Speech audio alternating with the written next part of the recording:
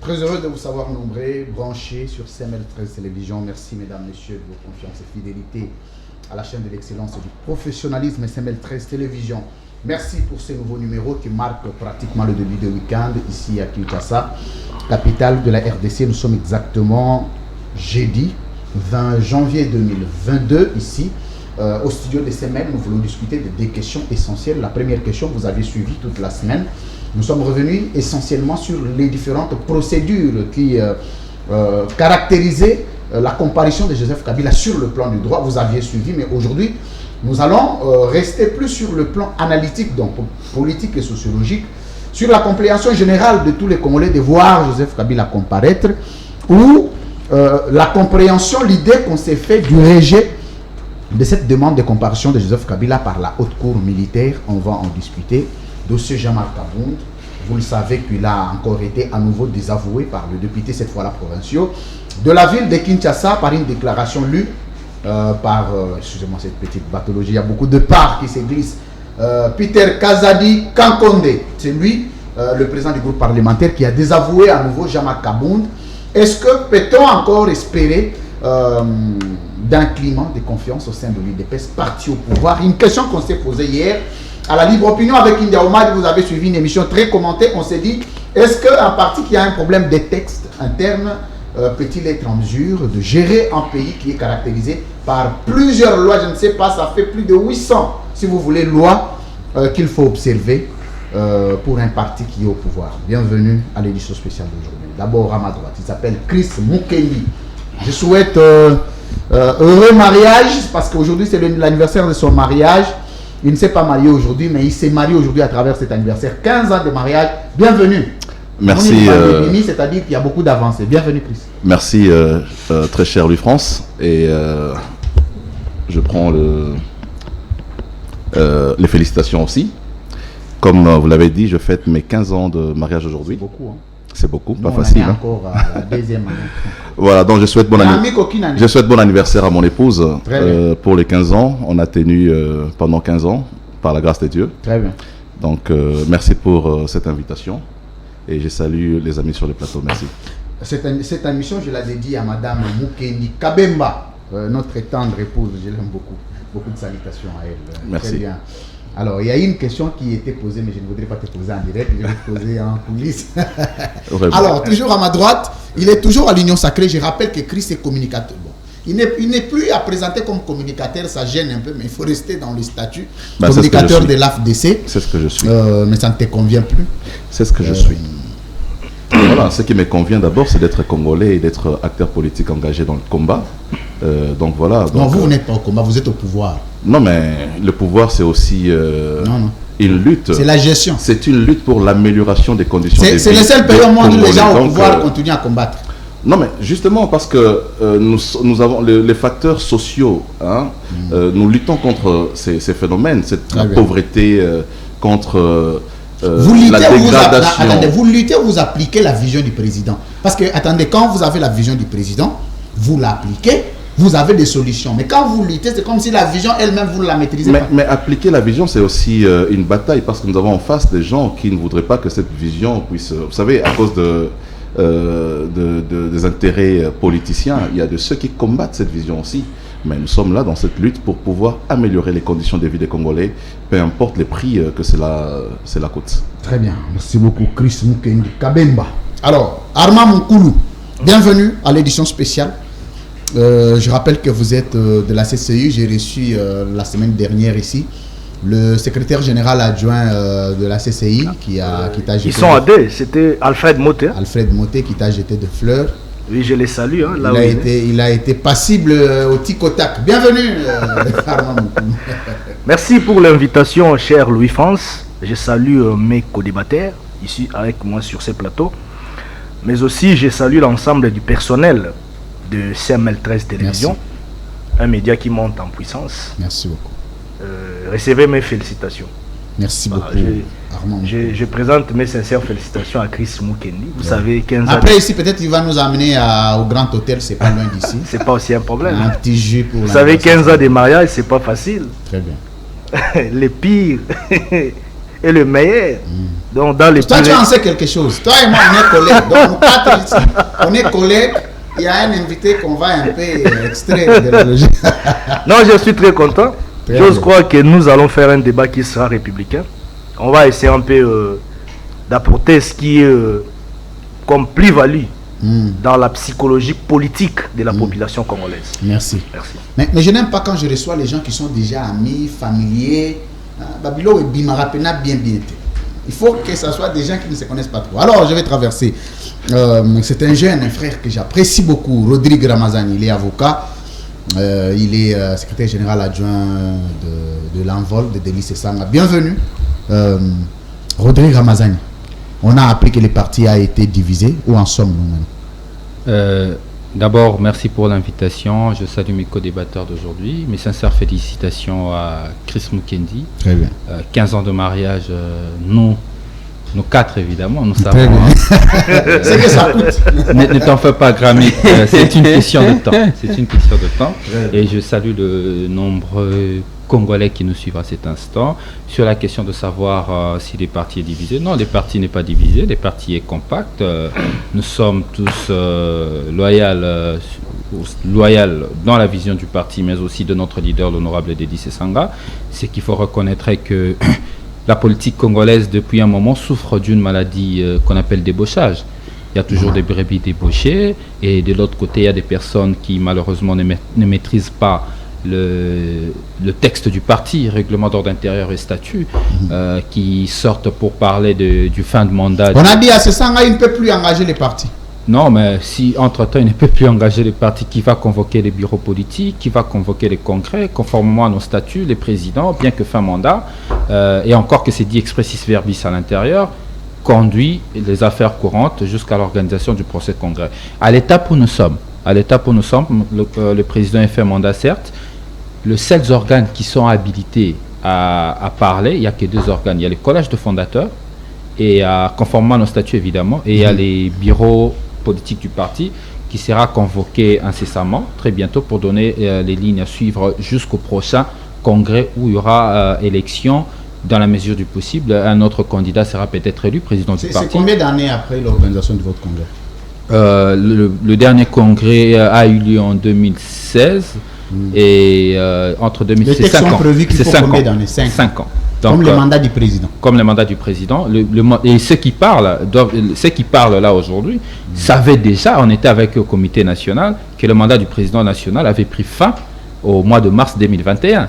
Mais ils n'ont jamais parlé. Ils ont entendu que les partis puissent quitter le pouvoir, abandonner le pouvoir en abandonnant ministres et députés pour lever leur voix. Donc ça veut dire que ce n'est même pas une question de combat pour la stabilité du parti ou le respect du texte du parti. C'est un combat de l'estomac. Comme le disait Kento Lumbu. Je vais donner mon point de vue. Comme le disait Kento Lumbu, les politiciens africains, pour certains surtout, ont la logique tournée vers l'estomac et non vers le cerveau. Je n'ai jamais été d'accord de ces affaires ici des congrès au sein des partis politiques. Pourquoi? Parce que le parti est financé par le président national lui-même. C'est lui-même qui donne les moyens sur l'organisation et le fonctionnement. Je ne vois pas de tous ces jeunes-là quelqu'un tenir un parti. Si tu es capable d'un parti politique, va en créer. Aujourd'hui, les partis vivent des mamelles des présidents nationaux. Il faut lui laisser, c'est sa boutique à lui, il faut lui laisser. Sauf au congrès, tu ne sauras pas organiser un parti parce que ça coûte beaucoup. On en sait quelque chose. Bon, tout en respectant ton opinion, je n'entre pas dedans. Bon, on n'a pas dit ainsi, vous le faites pour essayer. On respecte l'opinion. Pour essayer d'organiser, de donner de la valeur démocratique, démocratique des formes. Tout en respectant ton opinion. Mais en soi, s'il faut revenir dans la logique normale, il n'arrivera pas un jour où vous allez dans un congrès, le président national lui perd. Ça n'arrivera jamais. Parce qu'il s'arrange toujours à passer. Bon, je ne sais pas si on a déjà commencé. Vous n'êtes pas les seuls, il y a plusieurs partis, même partis de Bahati. Ils sont allés au congrès. 30e congrès, il est toujours passible. Nathan a biscuit. Même Mende. Est-ce qu'on peut passer aussi nos biscuits directement ou bien ça revient après? Ça reviendra après. Je te donne merci. Merci beaucoup. Merci de Ramazani. Je vais prendre Gramik les grands Kani. Bienvenue. Merci beaucoup. La première participation à l'édition spéciale. Exactement, la première participation. Je constate que nous deux, nous sommes sans cravate et les autres sont en mode cravate. Ça insinue quoi? Je ne sais pas. Bon, en fait, nous deux, nous sommes des journalistes et ils sont des politiques. Je pense que c'est... Je pense que c'est la complicité professionnelle, soit la complicité entre collègues. Félicitations pour tes émissions à Perfect. Merci beaucoup sur vos pas et sur les pas des... Je félicite Peter Tiani Malembe. Oui, vous faites une très bonne complicité. Nous donnons les meilleurs de nous, mais j'aimerais également féliciter Chris Mukendi. Vous savez très bien qu'on se connaît un peu mieux. Et 15 ans de mariage, nous les célibataires, comme vous venez là de dire. Tu t'es marié quand, grand? Bon, jusqu'à ce que je plusieurs fois déçu. Jusqu'à ce que je trouve. Ce qui est sûr, tout le monde est déçu. Il a l'école de Mizmbi. Tout le monde. Tu es bien inscrit à l'école. En fait, non, même pas. Tout le monde. En tout cas, tout le monde dans. Si je pourrais dire, tout le monde dans ses passés, dans les parcours, dans son cursus amoureux, si je pourrais dire comme ça, tout le monde a connu des déceptions, ainsi de suite.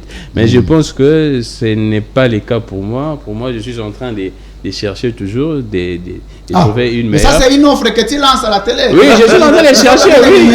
Je suis en train de chercher. Et jusqu'à présent, non, je ne connais pas les numéros.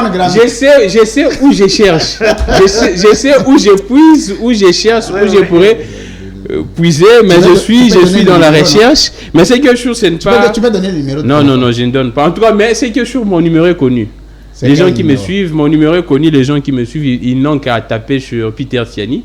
YouTube, il y a mon numéro là-bas, dans plusieurs chaînes YouTube, il y a également mon numéro. Je fais avoir un contact direct. Oui, j'ai fait site Maman Chris Mukendi. Et je pense qu'elle va regarder l'émission. Toutes mes félicitations parce que tenir un homme comme Chris Mukendi comme ça, un beau gosse, en tout cas, tenir un homme comme Chris Mukendi, très élégant, je pense que ce n'est pas une mince affaire. Mais j'aimerais essayer un peu de parler parce que là, Chris Mukendi, tout fait tout flamme, il dit que non, nous sommes là pour essayer un peu d'échanger les sociaux, soit les conditions de vie des Congolais. C'est ce qu'il a dit en d'autres termes. Mais je m'étonne, je vois que Chris Mukendi est en contradiction avec son autorité morale de l'Union sacrée. Je voudrais que tu prennes ça comme l'introduction de ta exactement. J'ai fini. En une seconde. Chris Mukendi sera en contradiction avec l'autorité morale. Non. Félix Antoine Tshisekedi, le président de la République. C'est lui l'autorité morale de l'Union sacrée.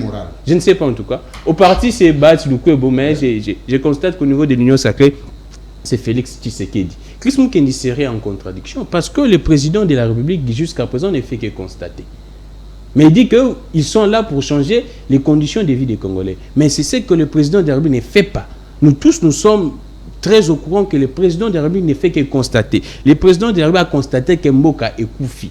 Je m'étonne, après 4 ans, après 3 ans de règne, c'est maintenant que le président constate. Aussi longtemps, nous tous, nous savons que ce constat s'est fait en amont et non en aval ou bien en pleine gestion. Merci, grand. Et puis le président constate encore que pendant son discours sur l'état de la nation, que le Congolais n'arrive pas à nouer les deux bouts du mois. Mais ici, Chris Mukendi nous dit qu'ils sont en train de travailler pour changer les conditions de vie. Je pense que c'est une contradiction. Qui dit vrai, qui dit faux. Merci. Parce que le président actuellement est en train de faire les constats. Le président de la République apparemment ne travaille pas.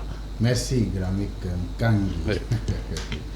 Pour ces mots introductifs. Mesdames, Messieurs, l'émission demain, vous savez que l'émission commence toujours avec un petit divertissement. Ça nous aide à nous détendre et à détendre les esprits. Alors, l'émission commence, nous commençons avec le dossier de la comparution de Joseph Kabila. La Haute Cour a rejeté cette demande voulant la comparution de Joseph Kabila comme renseignant. Alors, la question que je vous pose, Chris Mukendi, c'est une question qui relève purement de la compréhension générale des Congolais.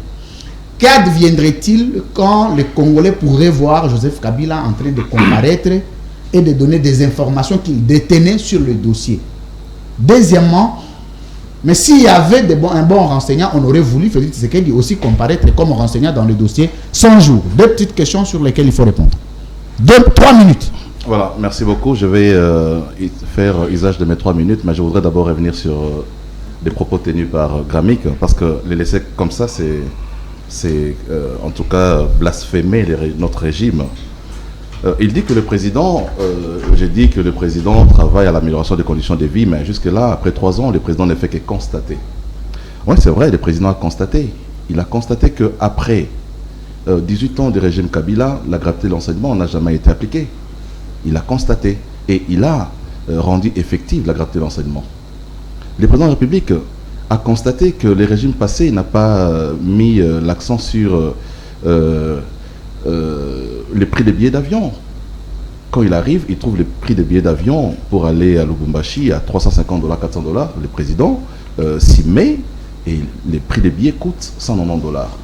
Le président arrive, il trouve notre économie extravertie, les biens de première nécessité, les surgelés entre les mains des opérateurs économiques qui ne veulent pas travailler avec les gouvernements pour obtenir la réduction sensible des prix sur le marché. Le président s'y met. Aujourd'hui, avec le ministère de l'économie, on a vu le marché être abondé de produits qui sont venus, et les résultats, c'est qu'on a obtenu la réduction des prix se fondant sur les principes de la concurrence. Lorsque les opérateurs économiques vendent à 5 000 et que l'État qui a importé les produits vend à 2 000, on a obtenu sensiblement la réduction de ces prix. Il y a autant de choses qu'on pourrait évoquer ici, mais ce n'est pas les sujets du jour. Pour revenir à la question qui vient de m'être posée par Louis-France, je crois que notre constitution est claire, parce qu'un pays est régi sur base d'une constitution. La constitution actuelle, sur pied des articles 163, 164, 165, 166 et même 167 de la Constitution, et au regard de la loi portant statut des anciens chefs d'État, ne permet pas à ce que le président honoraire Joseph Kabila puisse comparaître devant les juges pour des faits commis par lui alors qu'il était en exercice. C'est ça la Constitution de la République démocratique du Congo. Donc on ne peut pas espérer, aussi longtemps que cette Constitution sera en vigueur, aussi longtemps que cette Constitution ne sera pas révisitée, on ne peut pas espérer voir le président de la République comparaître devant les juges pour des faits commis par lui. Nous avons aussi un cas de jurisprudence. Vous allez vous rappeler, il n'y a pas longtemps, le cas de Matata Ponyo, qui est un ancien Premier ministre. Il a voulu être entendu pour des faits commis par lui alors qu'il était Premier ministre. Et la Cour constitutionnelle s'est déclarée incompétente, tout simplement parce qu'il ne peut pas être jugé pour des faits commis par lui comme ancien Premier ministre. C'est pratiquement l'article 163 qui ne parle que de président en fonction et de Premier ministre en fonction. Donc, aussi longtemps, je l'ai dit, que nous aurons cette constitution, je ne pense pas que le président... Est-ce que cette constitution, cette loi, parce qu'ici, il faut m'amener, j'ai une loi qui est sur la table, il faut me l'amener. Selon les analyses, l'article 2 de la même loi portant statut d'ancien chef d'État prévoit que n'est concerné par cette loi que le président qui est entré au pouvoir l'a exercé et l'a quitté conformément à la Constitution. Mais malheureusement, Kabila, au lieu de quitter en 2016, il quitte en 2018. Certaines langues disent qu'il n'était pas concerné par cette loi parce qu'il n'est pas sorti du pouvoir conformément à la Constitution. C'est vrai, j'ai suivi les débats ici. Vous avez, je crois, un invité l'a dit sur ton plateau. J'ai suivi religieusement les débats. Mais il faut dire que les Congolais s'étaient constitués ensemble pour donner une légitimité de 2 ans à Joseph Kabila lorsque nous sommes allés au dialogue de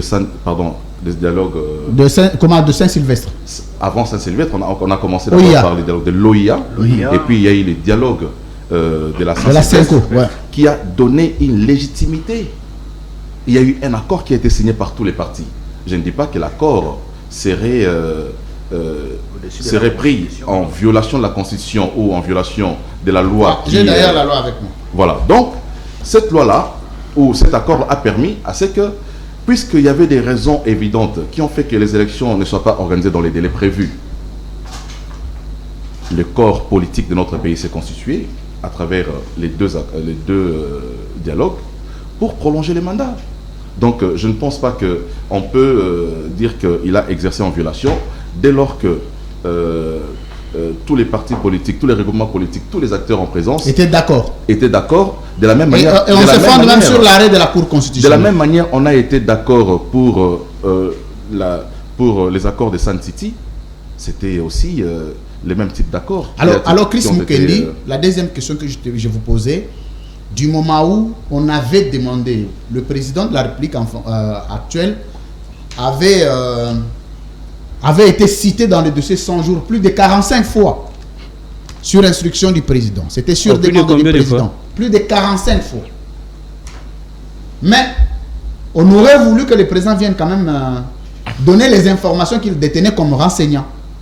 Ce n'était jamais venu. Alors qu'on dit qu'un renseignant n'est pas un détenu ni un accusé, c'est juste quelqu'un qui a été cité. Il ne vient pas pour être arrêté, mais il vient pour fournir des informations à la juridiction demandant. Alors, vous dites que, est-ce que le Jean de Kabila ne pouvait pas se servir de cet argument aussi pour dire non, si c'était à comparaître comme renseignant, c'est le Félix Tshisekedi qui les ferait les premiers. Je dis, notre constitution, elle est claire, elle est limpide. Hein. J'ai dit aussi longtemps, parce que toutes les procédures qu'on peut envisager, des démarches qu'on peut entreprendre, qui ne cadrent pas avec la constitution, est à écarter. Donc moi je considère que le président de la République ne pouvait pas, dès lors que la constitution ne les tient pas comme responsables directs de l'action du gouvernement, il ne pouvait pas, même pour les procès 100 jours, comparaître. C'est le gouvernement les membres du gouvernement qui individuellement peuvent comparaître, mais la constitution ne permet pas que même les chefs de l'État soient entendus devant l'Assemblée nationale. Merci. Chris Mukendi Kabemba pour ces mots qui ouvrent pratiquement le débat. Armand Moukoulou, vous avez suivi la demande de comparution en titre de renseignant de Joseph Kabila a été rejetée par la Haute Cour. Est-ce que c'était une joie? Comment vous avez accueilli au niveau de la CCI cette nouvelle? Et en outre, quelle serait la réaction de tous les Congolais après avoir vu Joseph Kabila comparaître? Bon, je ne parlerai pas par rapport à mon parti politique ou soit au nom de mon parti politique, mais je vais faire une analyse objective comme tout citoyen. On rappelle que quand on a tué Chebeya, vous étiez à l'alliance de la majorité présidentielle. Même dans sa portion aussi. Non, ce n'est pas question de portion. Oui. Nous étions collaborateurs à Joseph Kabila. On a travaillé avec lui. Aujourd'hui, il y a un programme qui nous a amenés au sein de l'Union sacrée. Je ne veux plus te poser la question, c'est quoi les programmes? Tu peux avancer. Les hommes passent, les institutions restent, cher Louis-France. Voilà. Nous avons tous suivi la communication du président de la Cour d'ordre militaire. Moi, je crois, si nous faisons une analyse des contenus par rapport à sa communication, le président de la Cour d'ordre militaire était tout à fait clair. Et il l'avait bien dit, c'était une décision d'une chambre siégeant à la matière. Ce n'était pas l'arrêt de la Cour d'ordre militaire. On a dit que c'était l'avis d'ailleurs du président de la composition. Effectivement. Donc c'était l'avis du président de la composition. Très bien. Donc jusque-là, je crois que nous devons encore patienter. Le jour où nous aurons le verdict tendant à nous présenter l'arrêt de la Cour d'ordre militaire par rapport à cette affaire, c'est à ce moment-là qu'on saura quoi dire. Comme analyse sur le plan politique, Chris Mukendi a si bien circonscrit le cadre contextuel. Ça, c'est légitime que vous puissiez vous compléter. En ce qui concerne la loi sur un ancien président de la République élu. Ça, c'est une précision. On parle d'un ancien président de la République élu. Je vais lire l'article 2, souffrez un peu, avant d'introduire M. Rodrigue Ramazani. Au sens de la présente loi, on attend par ancien président de la République élu, tout citoyen congolais qui a accédé par élection aux fonctions de président de la République, les a exercés et les a quittés conformément à la Constitution. Donc, les a quittés conformément à la Constitution. Effectivement. Si nous on ne dit pas conformément à l'accord de la Saint-Sylvestre. Attendez. On n'a pas dit que conformément à l'arrêt de la Cour constitutionnelle. On a dit conformément à la Constitution. Attendez. Oui. Lorsque nous parlons de la conformité constitutionnelle, je vois Joseph Kabila, un monsieur qui a quitté le pouvoir conformément à la Constitution. Parce que si nous faisons un rappel des faits, nous allons comprendre que l'entrée au pouvoir de Joseph Kabila a été animée d'un certain nombre de consensus. Ça, c'est vrai. Mais après, les cycles électoraux qui intervenaient, on a vu quand même qu'il y avait une organisation sur le plan électoral. Bien que tout n'a pas été bon, c'est vrai, mais tout n'a pas aussi été noir. Il y a eu quand même cet instrument électoral de nous présenter les élections au pays.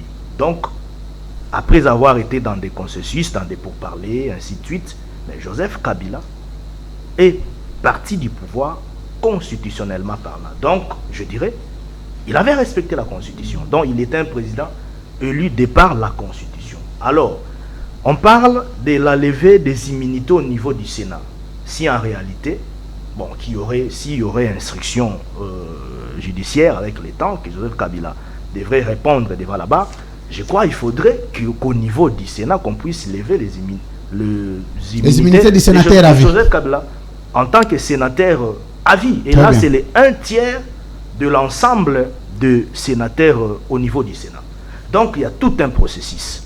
Dans ça, moi, je pense nous devons laisser la place à la justice de continuer à instruire sur cette affaire. Merci. C'est à ce moment-là que nous aurons peut-être des éléments. Et quelle serait la réaction de tous les Congolais de voir Kabila comparaître? Objectivement. Non. Par rapport à ça, moi je dirais ceci. Nul n'a décidé la loi. Ça, c'est même constitutionnel. On ne doit pas caporaliser les fonctionnements étatiques d'un pays avec des individus, ou soit faire une nuance entre les institutions du pays avec des individus. Joseph Kabila, c'est d'abord un individu comme toi, Louis France, comme Chris Mukendi, comme Rami. C'est un citoyen. C'est un citoyen, c'est un individu. Donc, s'il y a des mécanismes appropriés pouvant permettre à la justice de l'appeler, de l'atteindre judiciairement, ça sera fait. Alors, ce n'est pas à nous de le faire parce qu'ici, je ne vois pas un juge parmi nous. Donc, nous devons laisser à la justice de faire son travail. Mais ce qu'il faut éviter, c'est de l'intoxication politicienne. Là, ce n'est pas bon. Parce qu'aujourd'hui, Joseph Kabila... L'intoxication venant de qui? Non, d'une frange de la classe politique. Mais quelle frange? Parce qu'il n'y a que 2-3 franges aujourd'hui. Mais aujourd'hui, nos amis de Lamuka ont récupéré la situation autrement. C'est Lamuka qui a récupéré, il faut être clair. Et certains opposants, pendant que les dossiers judiciaires. Moi, je ne vois pas l'œil de quelqu'un dans cette affaire. Ça veut dire, nous ne voulons pas qu'il y ait un camp politique récupérer cette affaire et puis en faire un événement politicien. Ça, ce n'est pas bon. Merci. On doit laisser la place à la justice de faire son travail. Kabila, c'est un citoyen congolais, comme nous autres, comme Félix Tshisekedi. Quand il quittera les pouvoirs, son Excellence Félix Tshisekedi sera aussi parmi le président élu, mais des anciens chefs de l'État. Merci beaucoup. Donc, on doit comprendre cela et laissons la place aussi conformément à la Constitution. Oui, il quittera conformément à la Constitution. Si tu ajoutes seulement 3 jours, c'est fini. Ce n'est plus dans le respect de la Constitution. Non, le chef de l'État, Félix Tshisekedi, quittera les pouvoirs conformément à la Constitution. Mais il a encore son temps. Il a son temps parce que même son bilan... La convocation du processus à 90 jours avant la fin du mandat. Je crois que ça sera fait. Très bien. Merci beaucoup. Il a encore son temps. Maître Rodrigue Ramazani. Il n'a même pas fait 5 ans. Avec vous, je veux plus rester sur et la procédure et le texte. D'abord, la première question que je vous pose, vous devez éclairer l'opinion. Est-ce que Joseph Kabila, jouissant des immunités, peut-il aller comparaître comme renseignant et que les immunités ne peuvent pas porter préjudice pour quelqu'un qui doit aller répondre à la justice comme renseignant et non comme un détenu? Bon, là, tu m'obliges à faire la consultation gratuite. Bon, on va le faire parce que... à la fin... Dans notre temps, je vous pose aussi la question de savoir... Vous avez accueilli la nouvelle de diriger de la haute cour sollicitant la comparution de Joseph Kabila. Vous, à votre niveau, ayant consulté la loi comme la Constitution, votre point de vue, il est comment? Bon, d'abord, permets-moi de rebondir sur certains... Il faut toujours rebondir, il n'y a pas d'amitié ici. Certains propos de Chris. Chris, d'entrée de jeu, il dit, il cite, en fait, il est en train de louer les différentes actions du président de la République, il cite la gratuité de l'enseignement, il dit que sous Kabila, il n'y en avait pas. Peut-être que Chris n'est pas informé que sous Kabila, à travers Matata Ponyo, la gratuité était déjà lancée, mais c'était partiel. Ce n'était pas sur toute l'étendue de la République. Alors, cette différence est que Félix Tshisekedi est venu généraliser la gratuité, mais dans quelles conditions et de quelle manière? C'est toujours partiel. Et c'est toujours partiel, hein, parce qu'à Tchikapa, il n'y a pas de gratuité. À Lodja, ça c'était l'échantillon. C'était l'échantillon qui nous a démontré que la gratuité était partielle. Si le chef de l'État prenait l'audace de faire le tour du Congo pour vérifier la situation de la gratuité, j'ose croire qu'il va constater qu'une grande partie de la République démocratique du Congo n'est pas sous la gratuité de l'enseignement. Tout ça, c'est parce que la gratuité a été mal engagée, mal conçue, mal engagée. Il n'y avait pas une étude qui devrait accompagner la faisabilité. Et encore que, vous vous souviendrez que Willy Bakonga, alors nommé ministre de l'EPST, était sorti pour dire qu'il sera difficile d'engager les pays sur la gratuité parce qu'il y a plusieurs pesanteurs il y a plusieurs préalables. Malheureusement, l'IDPS est sorti au créneau comme s'il était en train de combattre le chef de l'État, d'où le monsieur n'avait pas d'autre choix que de suivre la voie et les instructions du président de la République. Aujourd'hui, le pouvoir s'est cogné contre un mur face à la réalité de la gestion. La gratuité n'est pas effective comme vous le voulez. Aujourd'hui, à Kinshasa, il y a des parents qui payent les frais scolaires pour leurs enfants. Nous les écoutons, nous les suivons. La gratuité n'est plus au niveau de l'école primaire 7e et 8e, comme vous l'aviez mis dans votre politique publique. Vous êtes rebuffé par le ministre Tony Mwaba. Donc, ces programmes de politique publique est un échec. C'est un échec. Deuxième chose, il parle de la réduction de prix par les chinchards. Non, mais il ne faut pas se moquer de ces peuples. Je peux vous demander, Chris, donnez à cette population l'adresse où on vend des chinchards à moindre coût. Ces adresses n'existent pas. On vous parlera du chambre froide Louis France à Gambela. On vous parlera du chambre froide Rodrigue Ramazani à Bandal. Quand on va vérifier, ça n'existe pas. C'est de l'utopie, c'est du mensonge. Vous êtes dans un pouvoir qui est en train de mentir son peuple. C'est grave. C'est grave. Et de deux, mais cette politique publique est une... Bon, excusez-moi, prêtez-moi le mot parce que je ne trouve pas d'autres mots qui peuvent atténuer. Mais le mot que je vais utiliser, ça atténue. C'est une bêtise. Comment on peut prendre 6 millions de dollars, s'il vous plaît, 6 millions de dollars et les jeter en Namibie? On a jeté cet argent parce que jusqu'aujourd'hui, le contrat où on devait aller pour pêcher le poisson en Namibie, on ne l'a pas fait. Mais attendez, Maître Rodrigue Ramazani, vous soulevez un élément très important. Quelle a été d'abord la politique? Parce que le problème, ce n'est pas l'action. Le problème, c'est la politique qu'on devrait avoir sur l'organisation de ces actions et pour que nous puissions juger les actions. Aujourd'hui, est-ce que les chinchards là, c'était seulement pour manger pendant les festivités et puis terminer, ou on devrait assurer les manger du peuple de tous les jours parce que c'est une obligation pour l'État? Non, mais, et puis ce n'est pas pour tous les Congolais, c'était une politique juste pour Kinshasa. Alors que nous sommes ici pas dans le gouvernement de Jantini Ngobila, il s'agit du gouvernement de Sam Maloukan, un gouvernement censé avoir une action qui est en train d'éclairer du point de vue national. Regardez la manière dont on est en train de minimiser la politique de la nation. Je suis très choqué. Parce qu'on a gaspillé de l'argent, on a gaspillé du potentiel. 30 secondes. Est-ce que vous pouvez vous rendre compte que le Rwanda, sauf erreur de ma part, a installé cette usine de transformation de matières premières à 5 millions de dollars? Nous, on claque 6 millions de dollars en Namibie, alors que le poisson, on n'a même pas pu le pêcher. Tu veux dire que l'usine de transformation de minerais au Rwanda n'a coûté que 5 millions. Oui, c'est vrai. Millions. Encore que, après des études, donc, attendez, avec les 6 millions. Avec l'argent, attendez, vous savez, il y a des choses qui relèvent quand même de bon sens. Vrai. Donc, avec les 6 milliards, là, les 6 millions, on pouvait créer une industrie de transformation de asphalter 1 km de route. Et on peut voir asphalter 5 km de route. Mais des chinchards qu'on n'a pas vu. Chinchards qu'on n'a pas vu. Et ce n'est pas fini. Cette politique a échoué parce que le gouvernement était obligé de rajouter 2 millions de dollars pour compléter, pour coopérer avec les sociétés privées. Très bien. Afin de se faire ravitailler. Donc, ce sont des choses qu'il ne faut plus mettre sur la place publique. C'est de la honte. Je suis en train de rebondir. En fait. Ouais, il faut gérer l'État. Pour conclure le dernier rebondissement, dans le procès 100 jours, Chris nous dit que ce n'est pas la responsabilité du président. Il ne voit pas pourquoi le président devait aller s'expliquer devant le juge ou l'Assemblée nationale, parce qu'elle a cette responsabilité, conformément à la Constitution, revient au gouvernement. Oui, Chris, tu as raison. La responsabilité du gouvernement est celui d'engager les politiques publiques et d'y répondre devant l'Assemblée nationale. Mais ce n'est pas le cas du procès 100 jours. Le procès 100 jours est un programme de politique publique qui a violé la Constitution. Le chef de l'État n'a pas de programme de politique publique qu'il peut porter.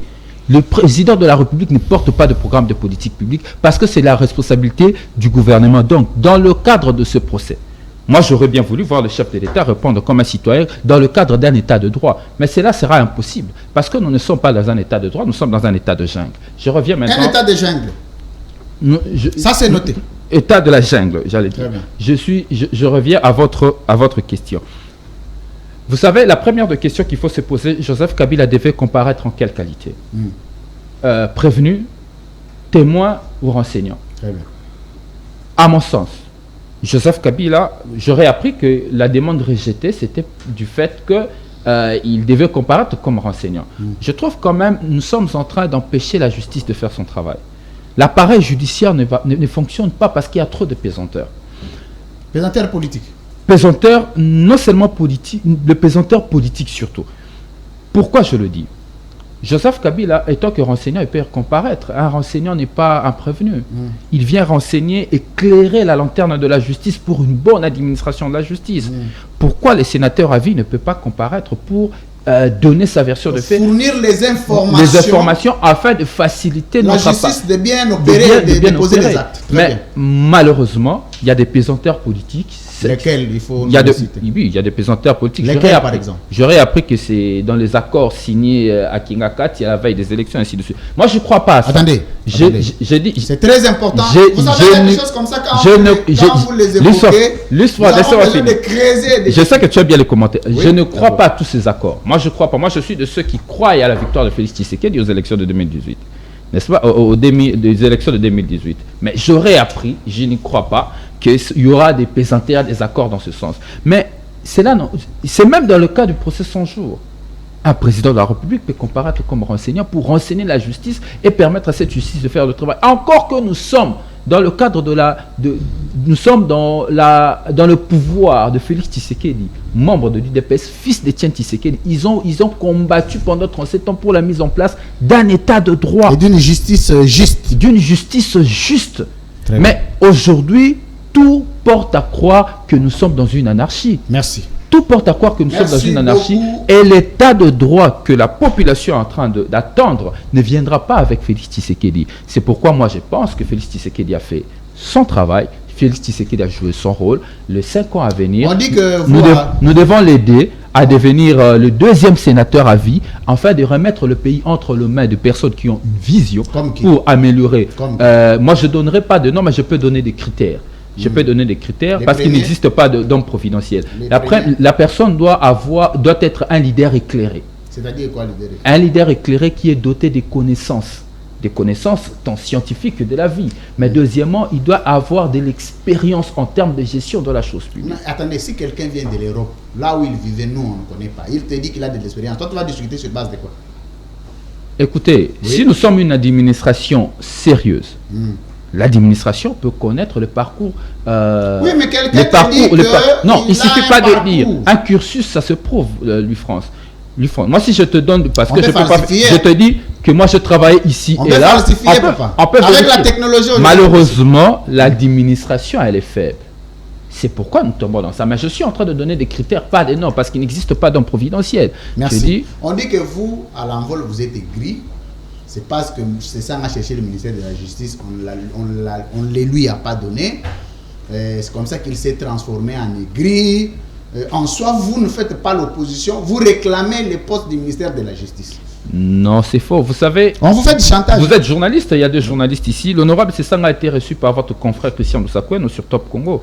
Je parle de fait. La question lui a été clairement posée avant 1 mois, je crois, 2 mois avant la sortie du gouvernement.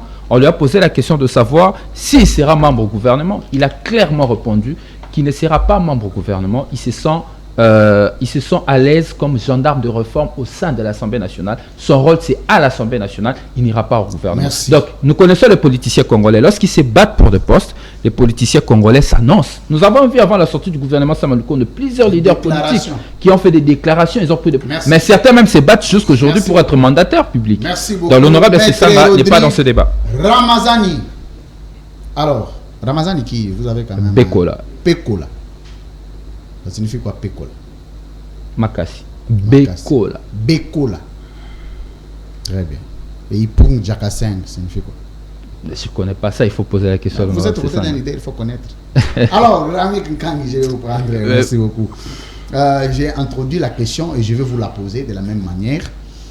Joseph Kabila devrait comparaître devant la haute cour.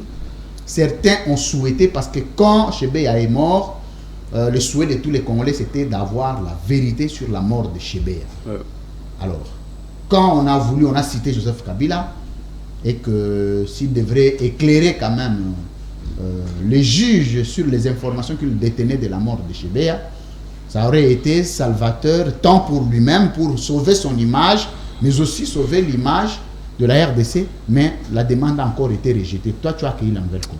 Merci beaucoup, Louis-France. Je pense que j'aurai le même temps d'antenne que mes co-débatteurs.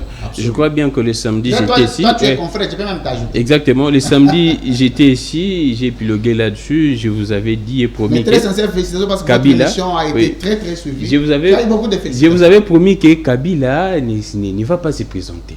C'était clair. Je pense même que les téléspectateurs de CM13 pourraient me qualifier d'un prophète.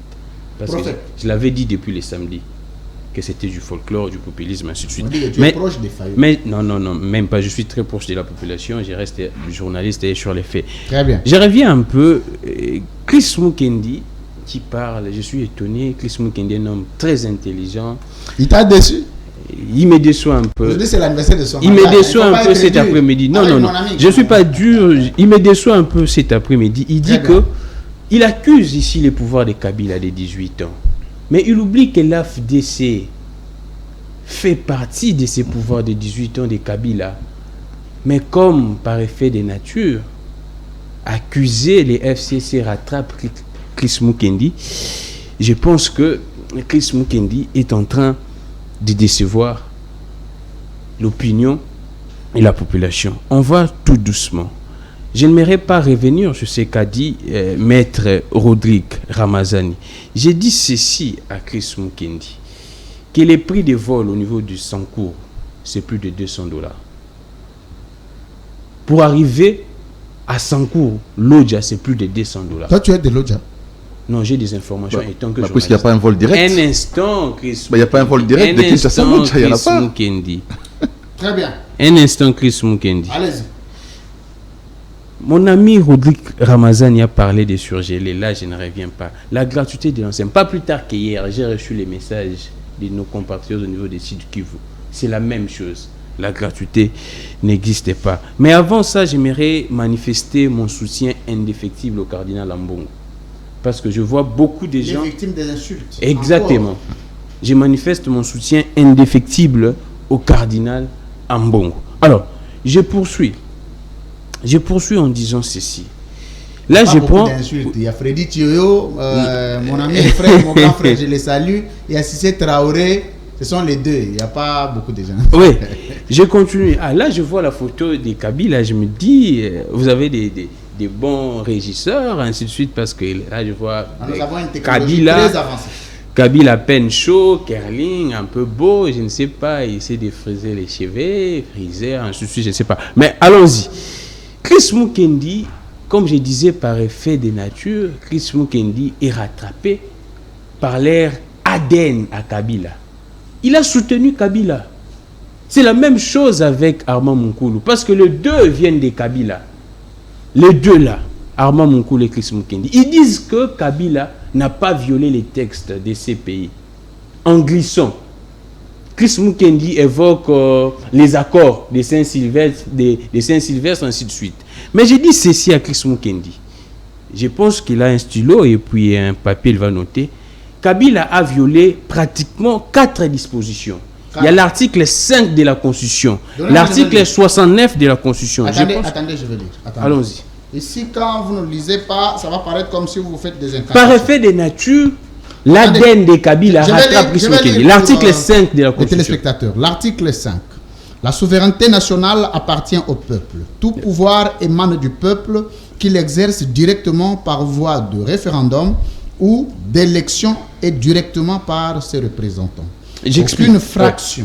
J'explique. On dit que tout pouvoir émane du peuple. Oui. Alors, les 2 ans de surplus de Kabila, parce que le peuple a donné à Kabila un mandat de 5 ans, les 2 ans de surplus de Kabila viennent d'où? Chris Mukendi pourrait nous répondre. On passe à l'article 69. 69. Là, on parle du garant de la nation. Le président de la République est le chef de l'État. Il représente la nation. Il est le symbole de l'unité nationale. Il veille au respect de la Constitution. Il assure par son arbitrage le fonctionnement régulier des pouvoirs publics et des institutions ainsi que des continuités de l'État. Il assure le bon fonctionnement du pouvoir. Donc, si on nous soumet un problème de financement, c'est que le président a failli. Parce qu'on dit ici à l'article 69 qu'il assure le bon fonctionnement du pouvoir public.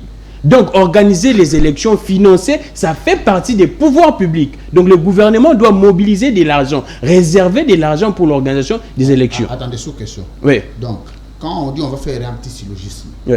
Quand on dit le président veille au bon fonctionnement des institutions, oui. Quand les institutions ne fonctionnent pas bien, c'est lui aussi qui veille au dysfonctionnement. Donc, il est l'auteur du dysfonctionnement. C'est clair. Très bien. On prend l'article 70. Vous voyez 70. Je vais toujours continuer à vous aider dans votre état d'antenne. Je suis là pour ça. Article 70. 70. Le président de la République est élu au suffrage universel direct pour un mandat de 5 ans renouvelable une seule fois. On peut se limiter là, je pense. La Constitution est claire, article 70. Le président est élu pour un mandat de 5 ans. Kabila, en 2011, il a fait de 2011 jusqu'en 2018. Pratiquement 8 ans. Kabila a violé ou Kabila n'a pas violé. Chris Mukendi dit ici que Kabila n'a violé aucune disposition. Je n'ai pas dit ça. Moi. Un instant, Chris Mukendi. Soyez très à l'aise. Aujourd'hui, c'est votre fête. Je pense que Madame... Après, ici aussi, il faut mettre des moyens parce que nous allons l'amener à... On prend la disposition 73, lui, France. 73. J'ai dit que Kabila a violé 4 dispositions. 5, 69, 70, 73. 73. Le scrutin pour l'élection du président de la République est convoqué par la Commission électorale nationale indépendante 90 jours avant l'expiration du mandat du président en exercice. C'est clair. C'est clair. Les mandats de Kabila... Avant au Manasuka, il y a mandat na yo au compter 90 jours. Donc organisation de l'élection il faut ça les manakati 4 mandat na yo na 5 ans na yo wana organiser des élections. Donc oki ko bimate na 5 ans wana pona ko bongisa mapona mi yo ndai fo bongama oyeba o s'organiser ndeni na 90 jours wana. Merci beaucoup, Lufran. Je pense que c'est par effet d'Aden que Chris Mukendi a péché de dire que Kabila n'a pas violé aucune disposition. Parce qu'il vient de Kabila. On parle de l'arrêt de la Cour constitutionnelle. Un instant, Lufran. On prend... Il y a aussi un fondement juridique à ne pas négliger. Un instant. On prend... Vous venez là de dire... Nous prenons en tout cas vite fait cette histoire de la comparution de M. Kabila. En tout cas, Kabila devrait coopérer. Nulle part la loi portant... J'en ai ici. La loi portant statut des anciens présidents de la République élus et fixant les avantages accordés aux anciens chefs de corps constitués. On dit ceci, paragraphe 2 du statut pénal, article 7. Tout ancien président de la République élu jouit de l'immunité des poursuites pénales pour les actes posés dans l'exercice de ses fonctions. Article 8. Pour les actes posés en dehors de l'exercice de ses fonctions, les poursuites contre tout ancien président de la République élu sont soumises au vote à la majorité, ainsi de suite. Ici, on parle des poursuites.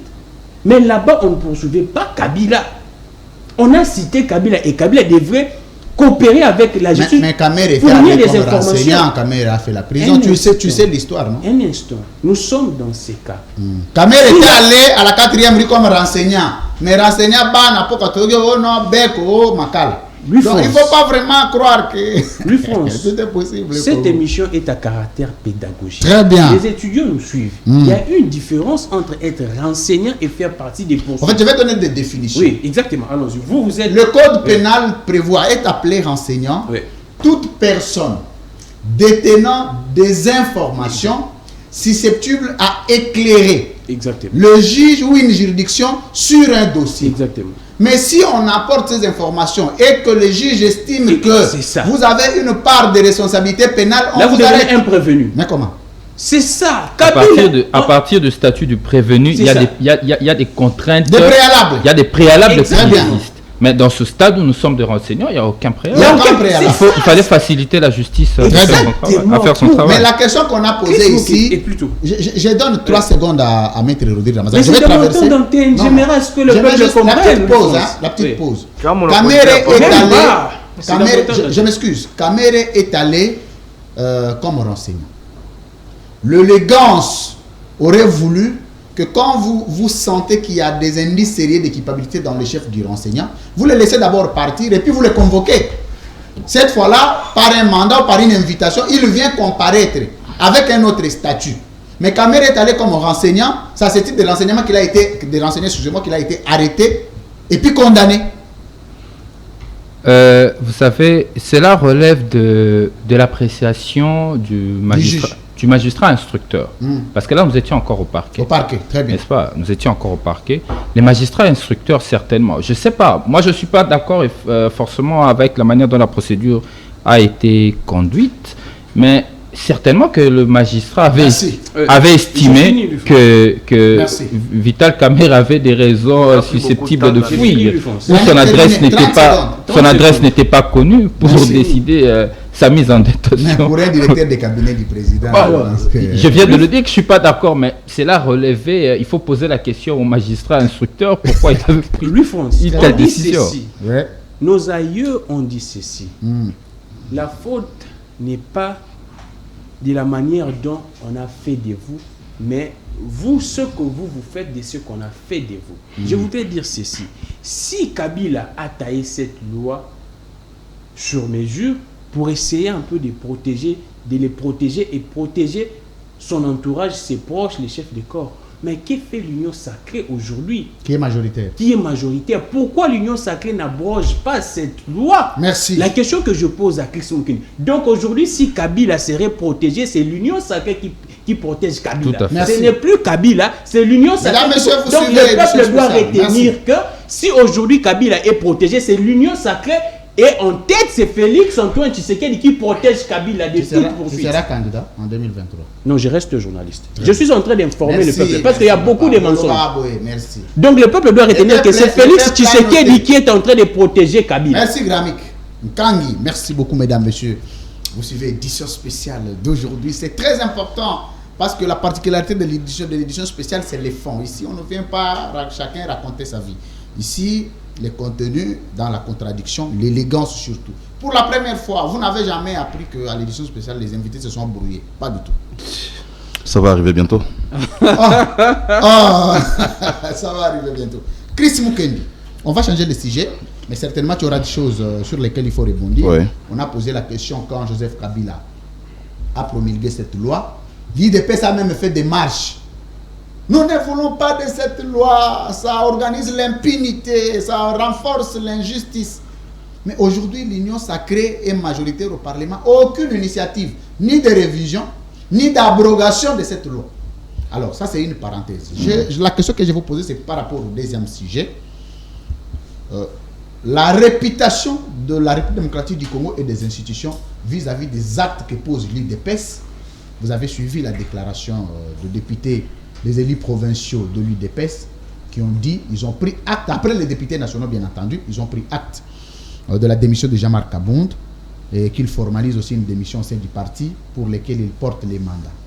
Est-ce que peut-on attendre une réussite, une bonne gestion orthodoxe sous union sacrée dans un tel climat, les 2 ans qui vous restent? Il en est quelque chose. Merci beaucoup, cher Louis-France. Comme vous l'avez dit, j'aurais certainement réagir sur des propos qui m'ont été attribués par Gramik et attribués faussement. Très bien. Je ne suis pas sur ce plateau pour défendre M. Kabila. Et je crois qu'il est journaliste, il m'a toujours reçu sur son plateau. Il connaît, en tout cas, mes convictions sur le régime du président Kabila. Et puis sur le plateau de télévision, on ne dit pas... vous savez, la politique, elle est tellement dynamique que les opposants d'hier deviennent les dirigeants d'aujourd'hui. Ceux qui étaient au pouvoir hier deviennent opposants, vice-versa. Donc, il ne faut pas sur le plateau à chaque fois dire « vous avez accompagné Kabila, vous avez accompagné », alors que nous sommes en train de parler droit. Lorsque nous parlons droit, on parle texte. Il faut rester sur les textes. Là, c'est notre débat. Il faut parler peu et parler bien. Donc, il ne faut pas m'attribuer des propos que je n'ai pas tenus. Mais c'est vrai que la Constitution a été violée. Lorsque les constituants ont voulu à ce que le cycle électoral soit de 5 ans, et qu'en 2016, Kabila devrait organiser les élections, il ne les a pas organisées, la Constitution a été violée. Mais lorsque la Constitution est violée, qu'est-ce qu'il faut faire maintenant? Faudrait qu'il y ait un vide juridique ou faudrait... parce qu'on n'a pas... Il n'y avait pas un cas de démission, Kabila n'avait pas démissionné, il n'était pas empêché. La Constitution a tout prévu, qu'est-ce que vous dites? Justement. C'est lui qui a la parole. La Constitution avait prévu assez que, en cas d'empêchement, en cas de décès, en cas de démission, que le président du Sénat puisse... Assurer l'intérim du président en délai 60 jours. Mais justement, mais on n'a pas été dans un cas de démission, on n'a pas été dans un cas d'empêchement, on n'a pas été dans un cas de décès. Donc ça veut dire que cette disposition de la Constitution ne pouvait pas être appliquée parce que... Il y a l'article 64. S'il vous plaît. On y reviendra. S'il vous plaît. Mais il aurait fallu l'appliquer. Vous ne l'avez pas appliqué. Je connais mais le contenu par cœur de l'article 64. C'est lui qui a la parole. Donc, il ne faut pas dire que moi j'ai dit que Kabila n'avait pas violé la Constitution. Kabila a violé la Constitution. Mais seulement j'ai dit, en ce moment-là, les Congolais, de tous bords, de tous les partis politiques, se sont mis ensemble pour décider du sort de la République. Et c'est comme ça que Kabila a été gratifié des 2 années. Vous dites que on ne veut pas réviser la Constitution parce que c'est profitable à l'Union sacrée. Mais dois-je vous rappeler encore, cher Gramé, que l'initiative de la proposition de loi est reconnue à tout député individuellement. Ce n'est pas l'initiative d'un groupe, d'un regroupement. Non.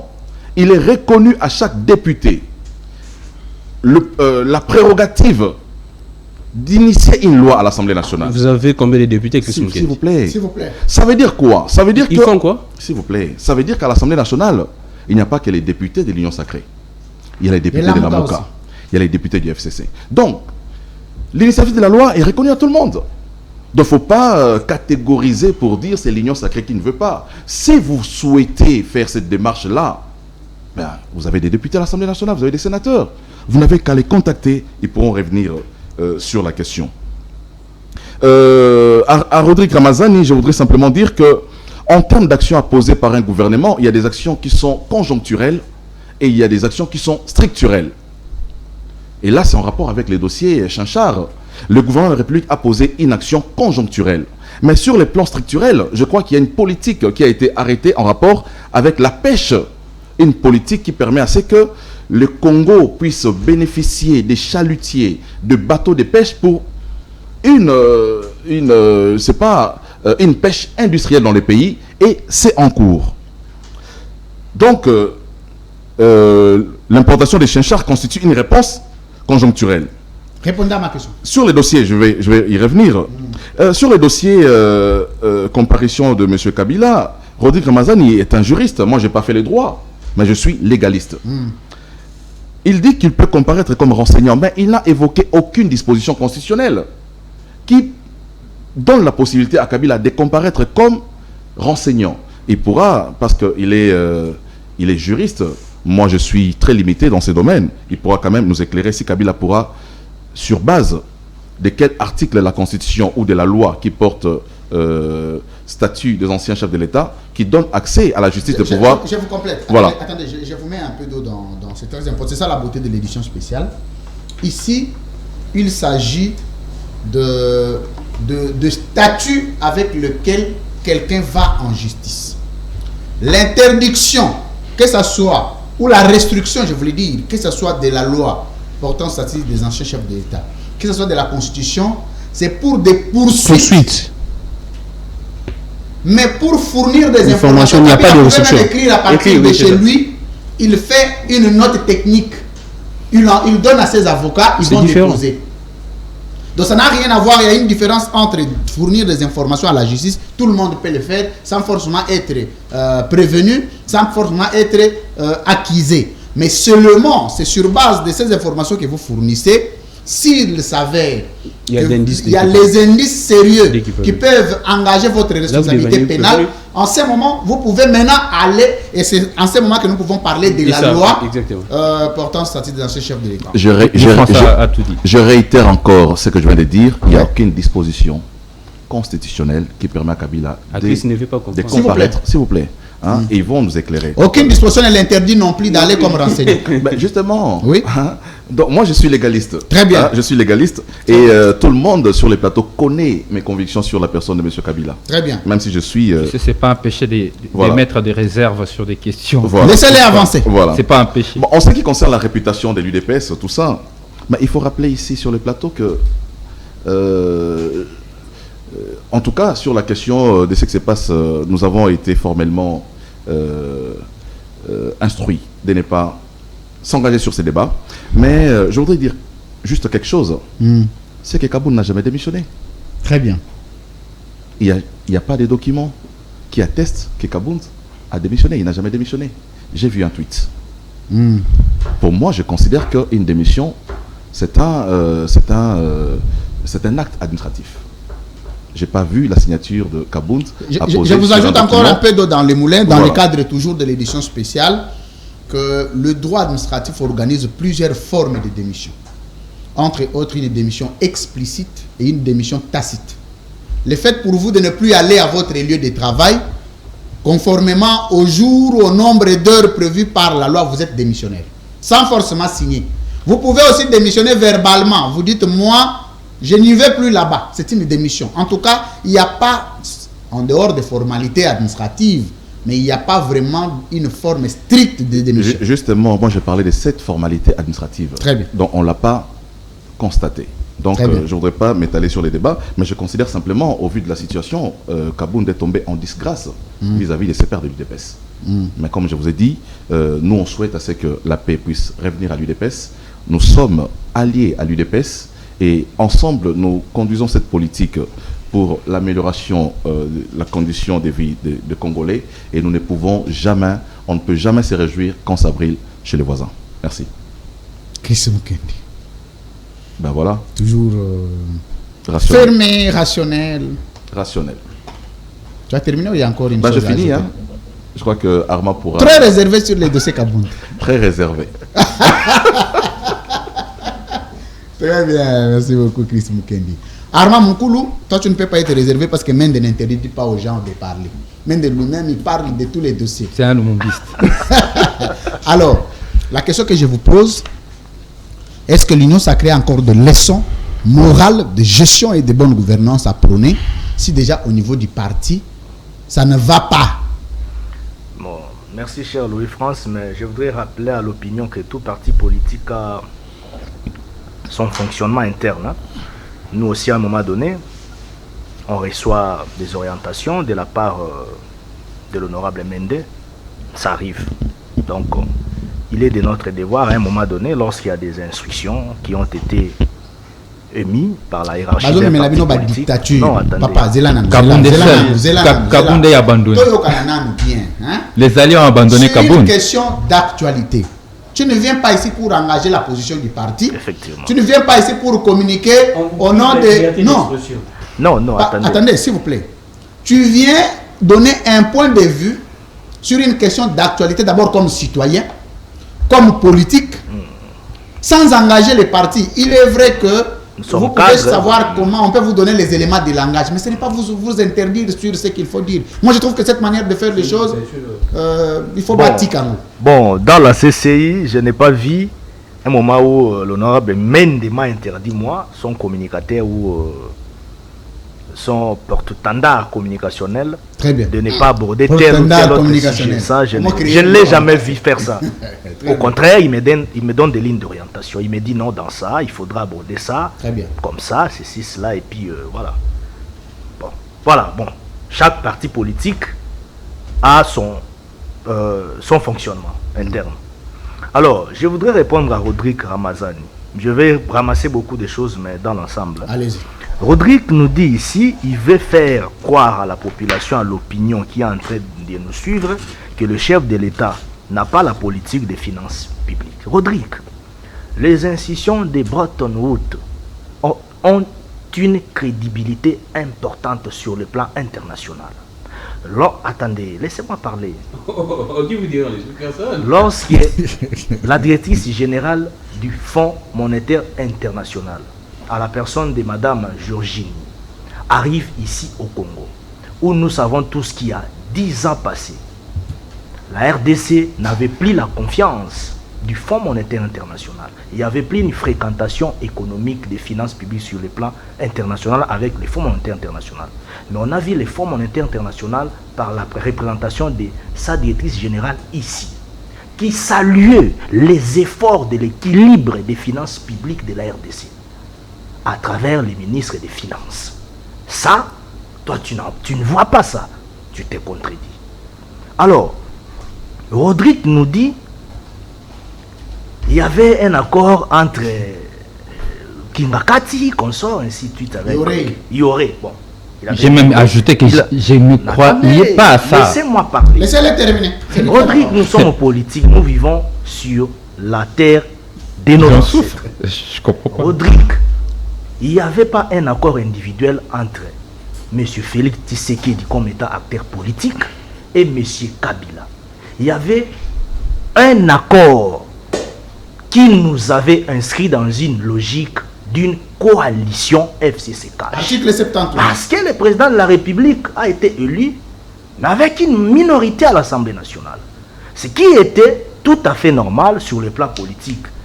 Pour circonscrire l'équilibre politique dans un système bicéphale qui est le nôtre, il faudrait collaborer avec ces regroupements politiques, sinon cette famille politique qui avait la majorité parlementaire. Et c'est ce qui a été fait constitutionnellement parlant, relativement même au principe sacro-saint de notre pays. Donc, il faudrait... Laissez-moi parler. Non, mais on peut choisir un informateur. Vous n'êtes pas journaliste ici, vous êtes invité. Laissez-moi parler, s'il vous plaît. Non, mais Louis-France, il faut recadrer Grammic. Laissez-moi parler. Il n'est pas co-présentateur de l'émission. Grammic, ici, tu es invité. Je t'ai rien fait, laissez-moi parler. Alors, mon frère d'Envol a oublié que nous étions aussi avec Envol dans l'Union sacrée. Bon, je ne sais pas, je respecte Envol. Hein. Vous savez, il y a des contentieux politiques aussi qui, à un moment donné, peuvent aussi vous envoyer à débarquer d'un circuit politique, ça peut arriver. Mais nous étions avec Envol. Donc, Envol était aussi dans le kabylisme. Et tu sais que disent au même moment. Dans l'Union sacrée. Je parle de l'Union sacrée. L'Union sacrée, c'était le kabylisme. Ah, l'Union sacrée, vous parlez de la... Okay. Non, l'Union sacrée, c'est une suite logique d'une autre coalition après avoir franchi l'étape de la destruction de la coalition FCC-CACH. Très bien. Nous sommes maintenant sur de nouvelles bases. Donc, Envol aussi a une partie du bilan à partager avec Tshisekedi. Effectivement. Il est tout à fait normal. Donc en 2023, le peuple doit aussi poser des questions sur le bilan. Mais il est des coutumes. De Tshisekedi chez Envol. Il est des coutumes. Ils ont eu des ministères. Oh, mais comment? Il est des coutumes. Alors, Rodrigue a oublié que l'initiative des produits, de l'achat des produits surgelés, c'était une initiative gouvernementale. C'est comme dans toute communauté organisée. Nous avons des projets à long terme et des projets à court terme. Vous ne pouvez pas interdire à un gouvernement de prendre une initiative allant dans le sens d'aider la population congolaise. Encore que c'est une obligation constitutionnelle d'un gouvernement. Vous savez, les 6 millions de dollars américains dont vous comparez avec la construction d'une usine de transformation minière au Rwanda, ça ne vaut même pas un seul bateau de pêche. Un bateau de pêche coûte 10 millions de dollars américains. Alors, mais je parle d'un bateau de pêche moderne équipé. Mais je te dis, un bateau de pêche pouvant aller à la navigation, un bateau de pêche qui peut nous faire vraiment la pêche moderne. Répondez maintenant à ma question. Je ne parle pas de la pêche artisanale, je parle de la pêche moderne. On tape sur Google. Nous sommes ici dans un débat, toi tu mets pas des quand toi tu tapes sur Google, tous les véhicules ont le même prix. Alors, ça dépend des qualités. Non? Sur les 27 000 tonnes, il y a eu déjà... Sur les 27 000 tonnes, nous avons déjà avec nous ici 10 000 tonnes. Ça tu dois le savoir. 10 000 tonnes. Et il y a des... Gardez où? Oh, si vous allez à l'entreprise Ledia, vous allez voir, il y a... Il faut acter. Il faut acter. On peut sortir d'ici. Inalka, vous allez voir. Allez-y. Allez à Inalka, allez à la Société Congo. Les Congolais, ce sont des faits privés là. S'il vous plaît, laissez-les. Je vais vous dire une chose, cher ami. On ne doit pas... Est-ce que vous pouvez répondre à ma question? Parce que vous avez épousé votre... Non, j'étais d'abord en train de nettoyer. Non, mais dans votre temps, on ne va pas... Mais je nettoie. Il y a eu beaucoup d'hypercutes, il faut comprendre. Mais je suis l'unique victime. Quand je parle, on ne me laisse pas le temps de parler. À tout moment, il me coupe la parole. Je lui prête mes minutes aussi. Je lui prête mes futures minutes. Pas présentateur, non. Laissez-moi parler. On est dans le même camp. Je voulais dire ceci. On ne doit pas faire une fiction de la gouvernance d'un pays à nos problèmes personnels, sinon à nos analyses personnelles. La République, c'est l'ensemble des institutions. Et à la tête, il y a un président de la République. Pourquoi j'ai dit ça? Ils ont parlé d'une situation ici catastrophique, que nous tous nous avons dénoncé par rapport à ce qui s'est passé ici entre la garde commis à la protection, sinon à la sécurité de Jean-Marc Abound avec la garde républicaine qui était en train de rouler avec le chauffeur à côté. On a dénoncé cela. Mais moi je crois, cela n'a pas fragilisé le fonctionnement du pays. C'est-à-dire on ne doit pas faire la confusion des faits. Jean-Marc Abound, comme étant député national, premier vice-président élu de l'Assemblée nationale, c'est lui-même tel qu'il est là. Comment on peut déposer une démission officiellement? Comment on peut remplir les formalités administratives pour qu'il y ait réellement réception de cette démission? Sur le plan formel, bien que Twitter, tout consort, ce sont aussi des canaux de communication. Mais France, l'équilibre des temps. Jusque là, comme Chris l'a dit, nous, on n'a pas vu un Jean-Marc Abound qui a démissionné. Merci. Mais alors, on doit comprendre que... Je voulais poser la question, est-ce que l'UDPS, vous, à l'Union sacrée, vous êtes c'est ce que je suis... de la bonne gouvernance. Je chute par là. Avec tous les problèmes du parti. Je chute par là. Vous-même, d'abord, attendez. Vous-même, au niveau de la CCI, vous avez le problème des textes. Dernièrement, il y a eu... Non, on vous a réclamé les congrès. Menda a été réclamé du congrès. Vous le savez. Non, on n'a aucun problème de texte. La dernière fois, vous avez organisé les congrès date de quand? Bon, en tout cas, c'était en 2015. En 2015. Les mandats étaient combien? Bon, Louis-France, tu veux... Alors, maître Rodrigue Ramazani... Non, je vais citer. Attendez. Mais c'est votre parti, non? Non, je vais citer. Le communicateur. Je vais citer. S'il vous plaît. Je vais citer, s'il vous plaît. Tu as eu beaucoup de temps. Je cite. Oui. Je conclue. J'allais dire ceci. UDPS, c'est un parti politique. Les partis politiques sont des faits privés qui accompagnent le processus politique d'un pays. UDPS, c'est un parti politique bien organisé, conformément aux statuts qui conduisent l'UDPS. Attendez, aucune disposition du statut n'a donné le pouvoir à Félix Tshisekedi de nommer un président intérimaire par un mandat spécial. D'abord, le concept de la mandat spécial. Dans les textes de l'UDPS, ça n'existe pas. Je t'ai posé la question, est-ce que quelqu'un qui a d'abord des problèmes de texte du parti, vous lui donnez les pays? Est-ce que vous pensez qu'on peut lui réclamer encore la constitutionnalité? Concluez. On doit dissocier la gestion d'un parti politique avec la gestion d'un pays. Merci. Ce qu'il faut faire, merci. Chacun devrait maintenant comprendre, je suis dans tel secteur, j'ai des limites, j'ai des obligations, j'ai des devoirs. Merci Armand. Voilà. On ne doit pas tout mélanger à la fois. Alors, je vais prendre Maître Rodrigue Ramazani, dernier virage de l'émission. Félix Tshisekedi ayant accordé un mandat spécial à Jean-Marc Abound en violation des textes, mais il ne peut pas se réclamer un président orthodoxe des textes du pays parce qu'au niveau du parti, déjà, ça brûle. Certains ont même dit que tout ce qu'il y a au sein de l'UDPS est entretenu par lui-même parce qu'avant le départ ou de son départ du parti, il a laissé beaucoup de flou sur les plans textuels. Alors, que dire de la crédibilité de l'Union sacrée dans les institutions du pays? Merci Louis-France. Permets-moi quand même de rebondir un peu. Rapidement, je ne vais pas traîner parce qu'apparemment, c'est pas grand-chose. Bon, Chris Mukendi dit au regard de la loi supportant statut des anciens chefs de l'État, cette loi devait être revisée, il dit que c'est la responsabilité de tous les députés. Non, ça c'est un désengagement. C'est une irresponsabilité de la part de la majorité. Une majorité au pouvoir ne doit pas prendre cette posture. Parce que la majorité au pouvoir a une politique à appliquer, a une vision à faire appliquer. Si nous sommes dans le cadre d'un état de droit et que l'IDPS aujourd'hui, membre majeur de la majorité au pouvoir, devait mettre en place sa politique parce qu'il a contesté cette loi en cherchant d'abord à l'abroger. Ça doit être d'abord une question personnelle qui est portée comme politique publique par l'IDPS. L'opposition a ses responsabilités, l'opposition aussi dans le cadre de ses responsabilités initie de loi. Dans le cas de l'envol, nous on estime que notre responsabilité, nous avons initié la révision constitutionnelle depuis 2019. La loi statut de l'opposition. N'est-ce pas? La loi portant statut de l'opposition. Ouais. Mais il y a une majorité qui doit s'assumer. Il ne faudrait toujours pas se recoquiller pour chercher des solutions de raccourcis. Comme quoi, la majorité doit se désengager et c'est la responsabilité de l'opposition. Non. Une majorité s'assume avec sa politique. Peu importe le débat, peu importe les discussions. On l'a vu avec la loi Beauchamp, sur la loi électorale, avec le seuil. La majorité s'était assumée dans une politique. Et c'est aussi l'occasion, si cette loi, comme cette loi a été contesté par l'IDPS, c'est à la majorité au pouvoir aujourd'hui de s'assumer et de le faire abroger. Deuxième chose, la politique publique sur les chinchards.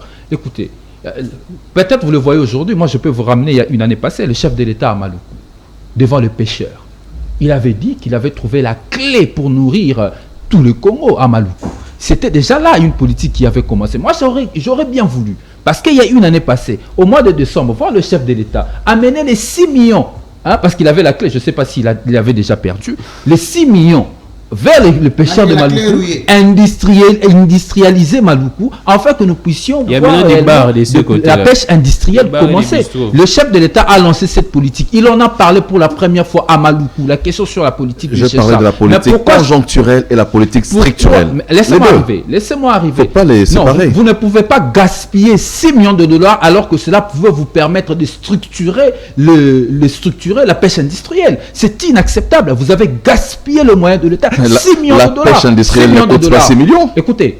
Sincèrement. C'est plus de 6 millions d'ailleurs, parce qu'après on a encore pompé 2 millions. C'est une affaire de 8 millions que vous avez gaspillé dans cette politique malacontreuse. Laisse-moi te dire une chose, Chris. Avec 6 millions, 8 millions de dollars, vous mettez 3 millions à l'hôpital général de Kinshasa, vous le réhabilitez avec des matériels pimpant neufs. C'est réhabilité, tu vois pas? C'est en train d'être réhabilité. Et ça, tu ne veux pas l'évoquer. C'est la politique de Kinshasa. Tu as très bien fait d'en parler. C'est la politique de Kinshasa. Tu as très bien fait d'en parler. Chris. C'est le gouvernement congolais. Il ne faut pas mélanger. C'est la politique de la ville de Kinshasa et non de la politique nationale. Il faudrait arriver à un moment donné, savoir que nous sommes dans un cadre d'une décentralisation. Chaque province a aussi sa politique. Vous ne pouvez pas vous bomber des torses de la politique de Ngobila alors que vous vous tapez à côté. On arrive. On avance. Mais oui, quand c'est Zando Sengobila, le jour qu'on va réhabiliter, ça sera Tshisekedi. Nous connaissons cette politique, c'est votre façon de faire. C'est inutile. Vous avez gaspillé les moyens de l'État alors que vous pouvez en faire des moyens inutiles. Nous avons le droit d'en parler. Ce n'est pas une question conjoncturelle. Vous étiez incapable de trouver des solutions adéquates afin de réaliser cette politique structurelle. Merci, répondez à ma question. Pour finir avec Armand, rapidement, permettez-moi. Allez-y, rapidement. Sinon, je veux mourir. Mourir de souci. Tu vas mourir, ne meurs pas. J'ai besoin de toi. Moi je sais pas. Moi, tu sais, mort étranger. J'ai l'habitude de dire. Il y a des répliques qui ne tiennent pas la route. D'où tire-t-il de propos comme la gestion sur les finances publiques? Je parle du gaspillage. Je sais pas. Bon, tu avais certainement des choses à dire sur le FPI ou FMI. Non, je vais te donner un exemple. Ou FMI, c'est dans tes éléments de langage. Ça, je peux comprendre. Donc, la politique des finances publiques. Deuxième chose, tu me suis. Tu parles de l'accord. Tu parles de l'accord de Kabila et Tshisekedi. Moi, je t'ai dit que moi, je suis de ceux qui croient à la victoire de Félix Tshisekedi. Je ne suis pas de la Mouka. Je dis que Félix Tshisekedi a gagné les élections. Bien que les élections étaient teintées de certaines irrégularités, le président lui-même a reconnu. Je ne sais pas pourquoi tu es venu dans cette réplique. Ça ne servait à rien du tout. Troisième chose, notre départ de l'Union sacrée. Oui, nous avons quitté l'Union sacrée parce qu'il y avait du désordre. On a quitté parce qu'il y avait du désordre et c'est de notre droit, c'est de notre autonomie. On a quitté l'Union sacrée parce qu'il y avait du désordre. L'envol a pris ses responsabilités et il vous a laissé dans le désordre. Et c'est très rare dans ce pays de voir un parti politique quitter le pouvoir. Au contraire, certains courent au portillon de l'Union sacrée jusqu'aujourd'hui pour y être membre. Maintenant, on a claqué la porte. On vous a laissé ministre et député. À Moïse Katumbi, il faut le conseiller aussi. On vous a laissé ministre et député. Bon, l'initiative d'achat de Chessar, je crois avoir répondu à travers Chris Mukendi. C'était une politique, excusez-moi d'ajouter que c'était une bêtise. Vous avez claqué l'argent de la République pour de besoins populistes qui ne servaient à rien. Alors que vous pouvez résoudre de vrais problèmes des Répondez à ma question. L'IDPS, écoutez, le pays aujourd'hui est géré par des anarchistes. Attendez. L'anarchie règne. Attendez. le pays est géré par les anarchistes. Et le premier anarchiste du pays s'appelle comment? Écoutez, c'est à toi de répondre à cette question. Moi, je n'ai pas de réponse. Je crois que les téléspectateurs qui nous suivent suivaient mon regard. Très bien. Les anarchistes. L'anarchie a pris la place dans nos institutions. Nous ne sommes plus dans une démocratie, Louis-France. Nous sommes dans une voyoucratie. Voyoucratie. Ce sont des voyous qui nous dirigent. Des personnes qui violent. Des violeurs. Ils violent la Constitution. Non, attendez. C'est très important. Ce sont les voyous qui nous dirigent. Parce que nous sommes d'abord dirigés par Félix Tshisekedi. Ce sont tes propos. Je suis responsable de mes propos. Merci. Moi, j'ai fait les rapprochements, les éléments de langage. Nous sommes gérés par les voyous. La voyoucratie a pris place à la République, à la place de la démocratie. Bon. Le président, c'est Tshisekedi. Le premier ministre, c'est Sama Lukonde. Il y a un président de l'Assemblée nationale et un président du Sénat. Le président du Sénat, c'est Kabound. Qu'est-ce que je dis? Il ne faut pas amener la rivalité. C'est Bahati. Donc, toutes ces personnes-là, c'est des voyous. Donc, la voyoucratie s'est installée et ceux qui dirigent dans la voyoucratie, ce sont des voyous. Très bien. Je te dis, Louis-France, nous avons aujourd'hui des gens qui sont en train de... Koulouna. Koulouna, aujourd'hui, ce sont les Koulouna qui dirigent la République. Koulouna et Kotinamboka, je te dis, Louis-France. Je vais donner les exemples pour marteler ce que je suis en train de dire tout à l'heure. Et aujourd'hui...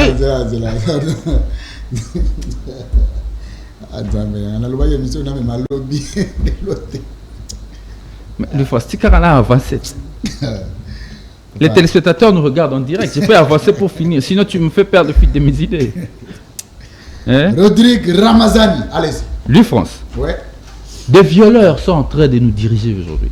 Des violeurs? Oui, des violeurs de normes. Des violeurs de normes. Ah. Ils violent la Constitution les matins, à midi et les soirs. Ils violent toutes les lois de la République sans le respecter.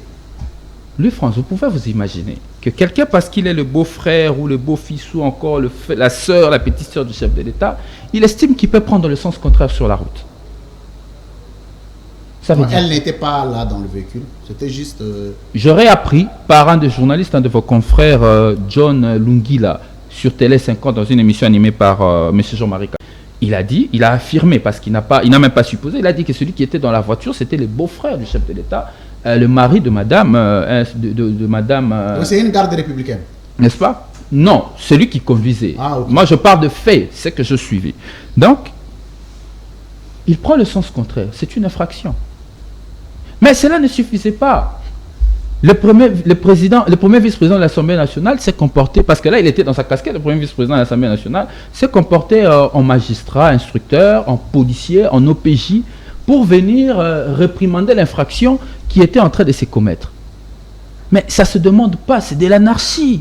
Ça ne se fait pas dans un état de droit. Quand tu dis que prendre l'essence interdit, c'est une infraction, mais nous voyons le cortège du président prendre l'essence interdite tout le temps. Mais c'est une infraction, Louis-France. Une infraction peut être commise par n'importe qui. C'est une infraction, c'est interdit. Ne concerne pas le président. C'est une interdit. Le président ne peut pas être poursuivi par cette infraction-là. Pour l'instant, il s'agit d'une infraction de droit commun. Pour le poursuivre, il faut attendre la fin de son mandat. Il ne s'agit pas des infractions constitutionnelles. Il y a une loi portant statut des anciens chefs de l'État. N'est-ce pas? C'est pas une infraction. C'est pas une infraction constitutionnelle comme la haute trahison, le délit d'initié, où on peut le poursuivre pendant qu'il est en plein mandat. Donc, comme si Otoninga questionne à répondre conformément à la loi. On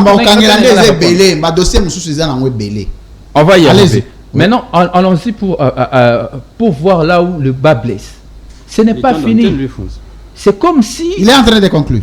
C'est comme si cela ne terminait pas. Il y a eu cette expédition punitive à la résidence du président Jean-Marc Aboud. Et d'ailleurs, ici, laissez-moi compatir avec ses enfants. Parce que moi, je suis de ceux qui pensent que les enfants ne doivent pas payer des erreurs de leurs parents. J'ai vu sa fille en train de pleurer. Ça, c'est inacceptable. On ne peut pas l'accepter. Je suis parent. J'imagine mon petit grandeur tomber dans des situations comme ça, de traumatisme. Non, ça, c'est inacceptable. On ne peut pas le tolérer. Mais même ce qui s'est fait là avec la garde républicaine, c'est de l'anarchie. Nous sommes tombés pratiquement dans une, je sais pas, fausse commune, fausse sceptique. Merci.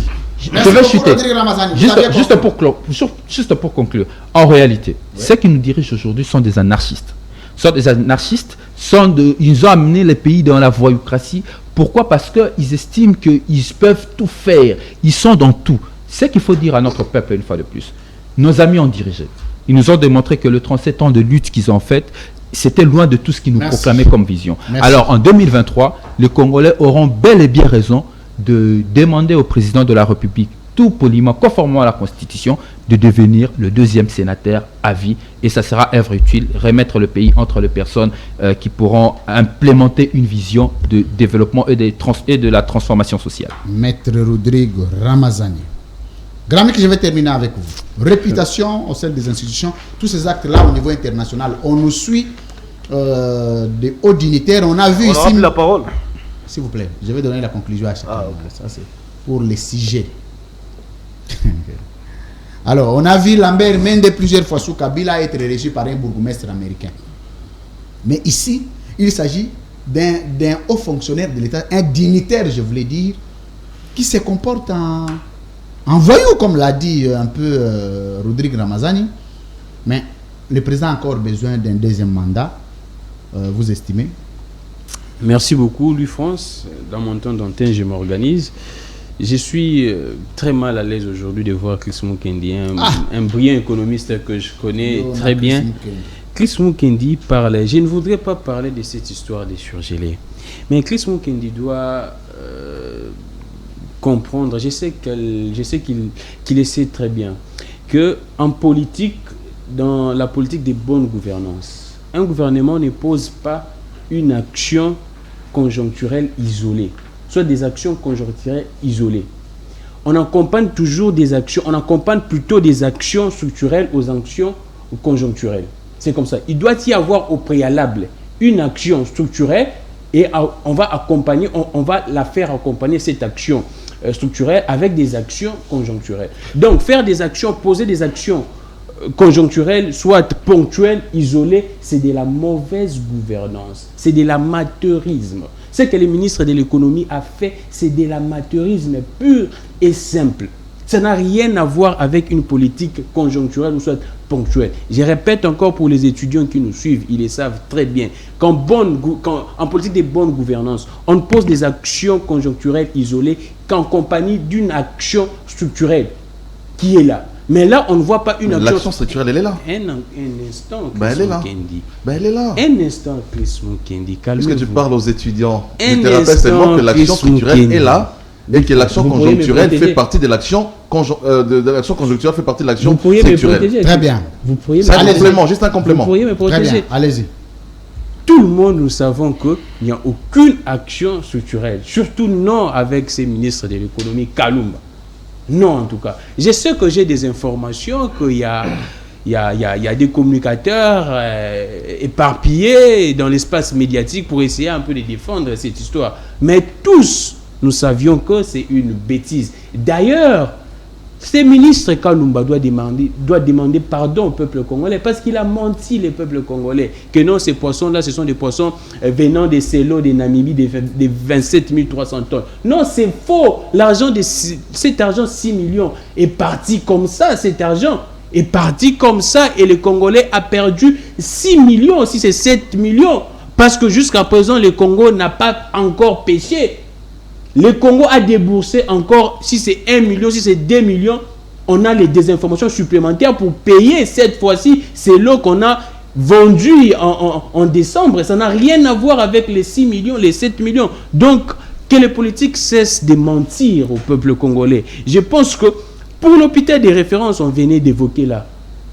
Chris Mukendi peut nous montrer des images où on a acheté des nouveaux matériels ou bien on a essayé un peu de repeindre.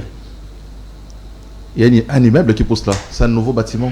Chris Mukendi. On fait un tour, c'est pas loin d'ici. Chris Mukendi. Là, vous avez posé une question, je vous réponds. Un instant, Chris Mukendi. Je vous réponds. Un instant. On peut aller après. Allez-y, matériel. On parlait de un instant, Chris Mukendi. On parlait de matériel pimpant neuf. Vous nous dites que un bâtiment est serré entre ou soit est en train d'être construit. Est-ce qu'il y a une nuance à faire, Chris Mukendi? Il y a une réhabilitation. Chris Mukendi. Mais c'est ça la réhabilitation. Un instant. Il y a des matériels à l'intérieur, il y a des patients qui y vont là-bas. Chris Mukendi, soyons sérieux. On parle d'une action à la fin. Il faut être dégradé. Un instant, Chris Mukendi. Il habite la ville, mais c'est quand même pas. Un instant, Chris Mukendi. Vous avez des passions là-bas avec des matériels pas neufs. Dites-nous, Chris Moukeni. Il y a des téléspectateurs qui nous suivent en tout cas. Il n'y a rien là-bas. Merci. En tout cas, merci beaucoup. Vous me posez vous avez épuisé votre temps. Un instant, vous me posez la question sur Jean-Marc Abound. Mais qu'avait fait l'UDPS en son temps quand Kabound faisait tout ça, crevait de pneus des gens? L'UDPS a fait quoi? Ils étaient tous joyeux, d'accord. Maintenant, là, on pense qu'on doit reprocher quelque chose à Kabound. Quand je vois les députés provinciaux désavouer Jean-Marc Kabound, je vois les députés nationaux, je me dis que ce pays n'a pas de chance. Parce que ce sont ces mêmes députés qui hier ont applaudi Jean-Marc Kabound. Jean-Marc Kabound était le tout-puissant. Aujourd'hui, je vois ces députés, et parce que Kabound n'est plus le maître de l'Union sacrée, Kabound ne serait plus en odeur de sainteté avec le président de la République, tellement il faut se protéger. Il faut protéger là où on mange, il faut protéger les dominations, ainsi de suite. On doit tirer sur Kabound. Je pense que et Kabound et l'Union sacrée, tous, il n'y a pas un saint. Quand Kabound faisait ces bavures-là, personne n'était là pour dire à Kabound. Et les saints sont à l'opposition? Les saints, en République démocratique du Congo, les saints restent le peuple. Merci. Alors, mesdames, messieurs, l'émission d'aujourd'hui est terminée. Je vais donner 1 minute ou 30 secondes à chacun. Il faut respecter ça. 30 secondes pour la conclusion sur le deuxième mandat du président de la République au regard de tout ce que vous aviez évoqué. Le 24 ici, nous avons une émission spéciale avec Nico Falmbika et plus de 150 produits seront exposés. Ça, c'est le domaine social. Mais Chris Moukeni, la conclusion, vous dites au peuple qu'il y a opportunité d'accorder le deuxième mandat au président de la République. D'abord, cette possibilité, elle est constitutionnelle, quoique ce n'est pas un acquis, c'est constitutionnel. Et je considère que le président de la République travaille pour, comme je l'ai dit au départ, pour l'amélioration des conditions de vie des Congolais et qu'au regard de tout ce qu'il pose comme action pour le bien-être social, je crois qu'il mérite un second mandat, mais nous ne sommes pas encore en campagne électorale. Merci. Mais je n'ai pas fini, mais 1 minute.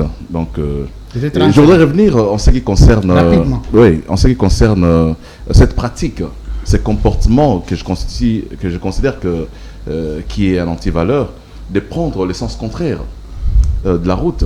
C'est un comportement qui n'a pas commencé avec le régime, mais je crois que le président de la République, en tant que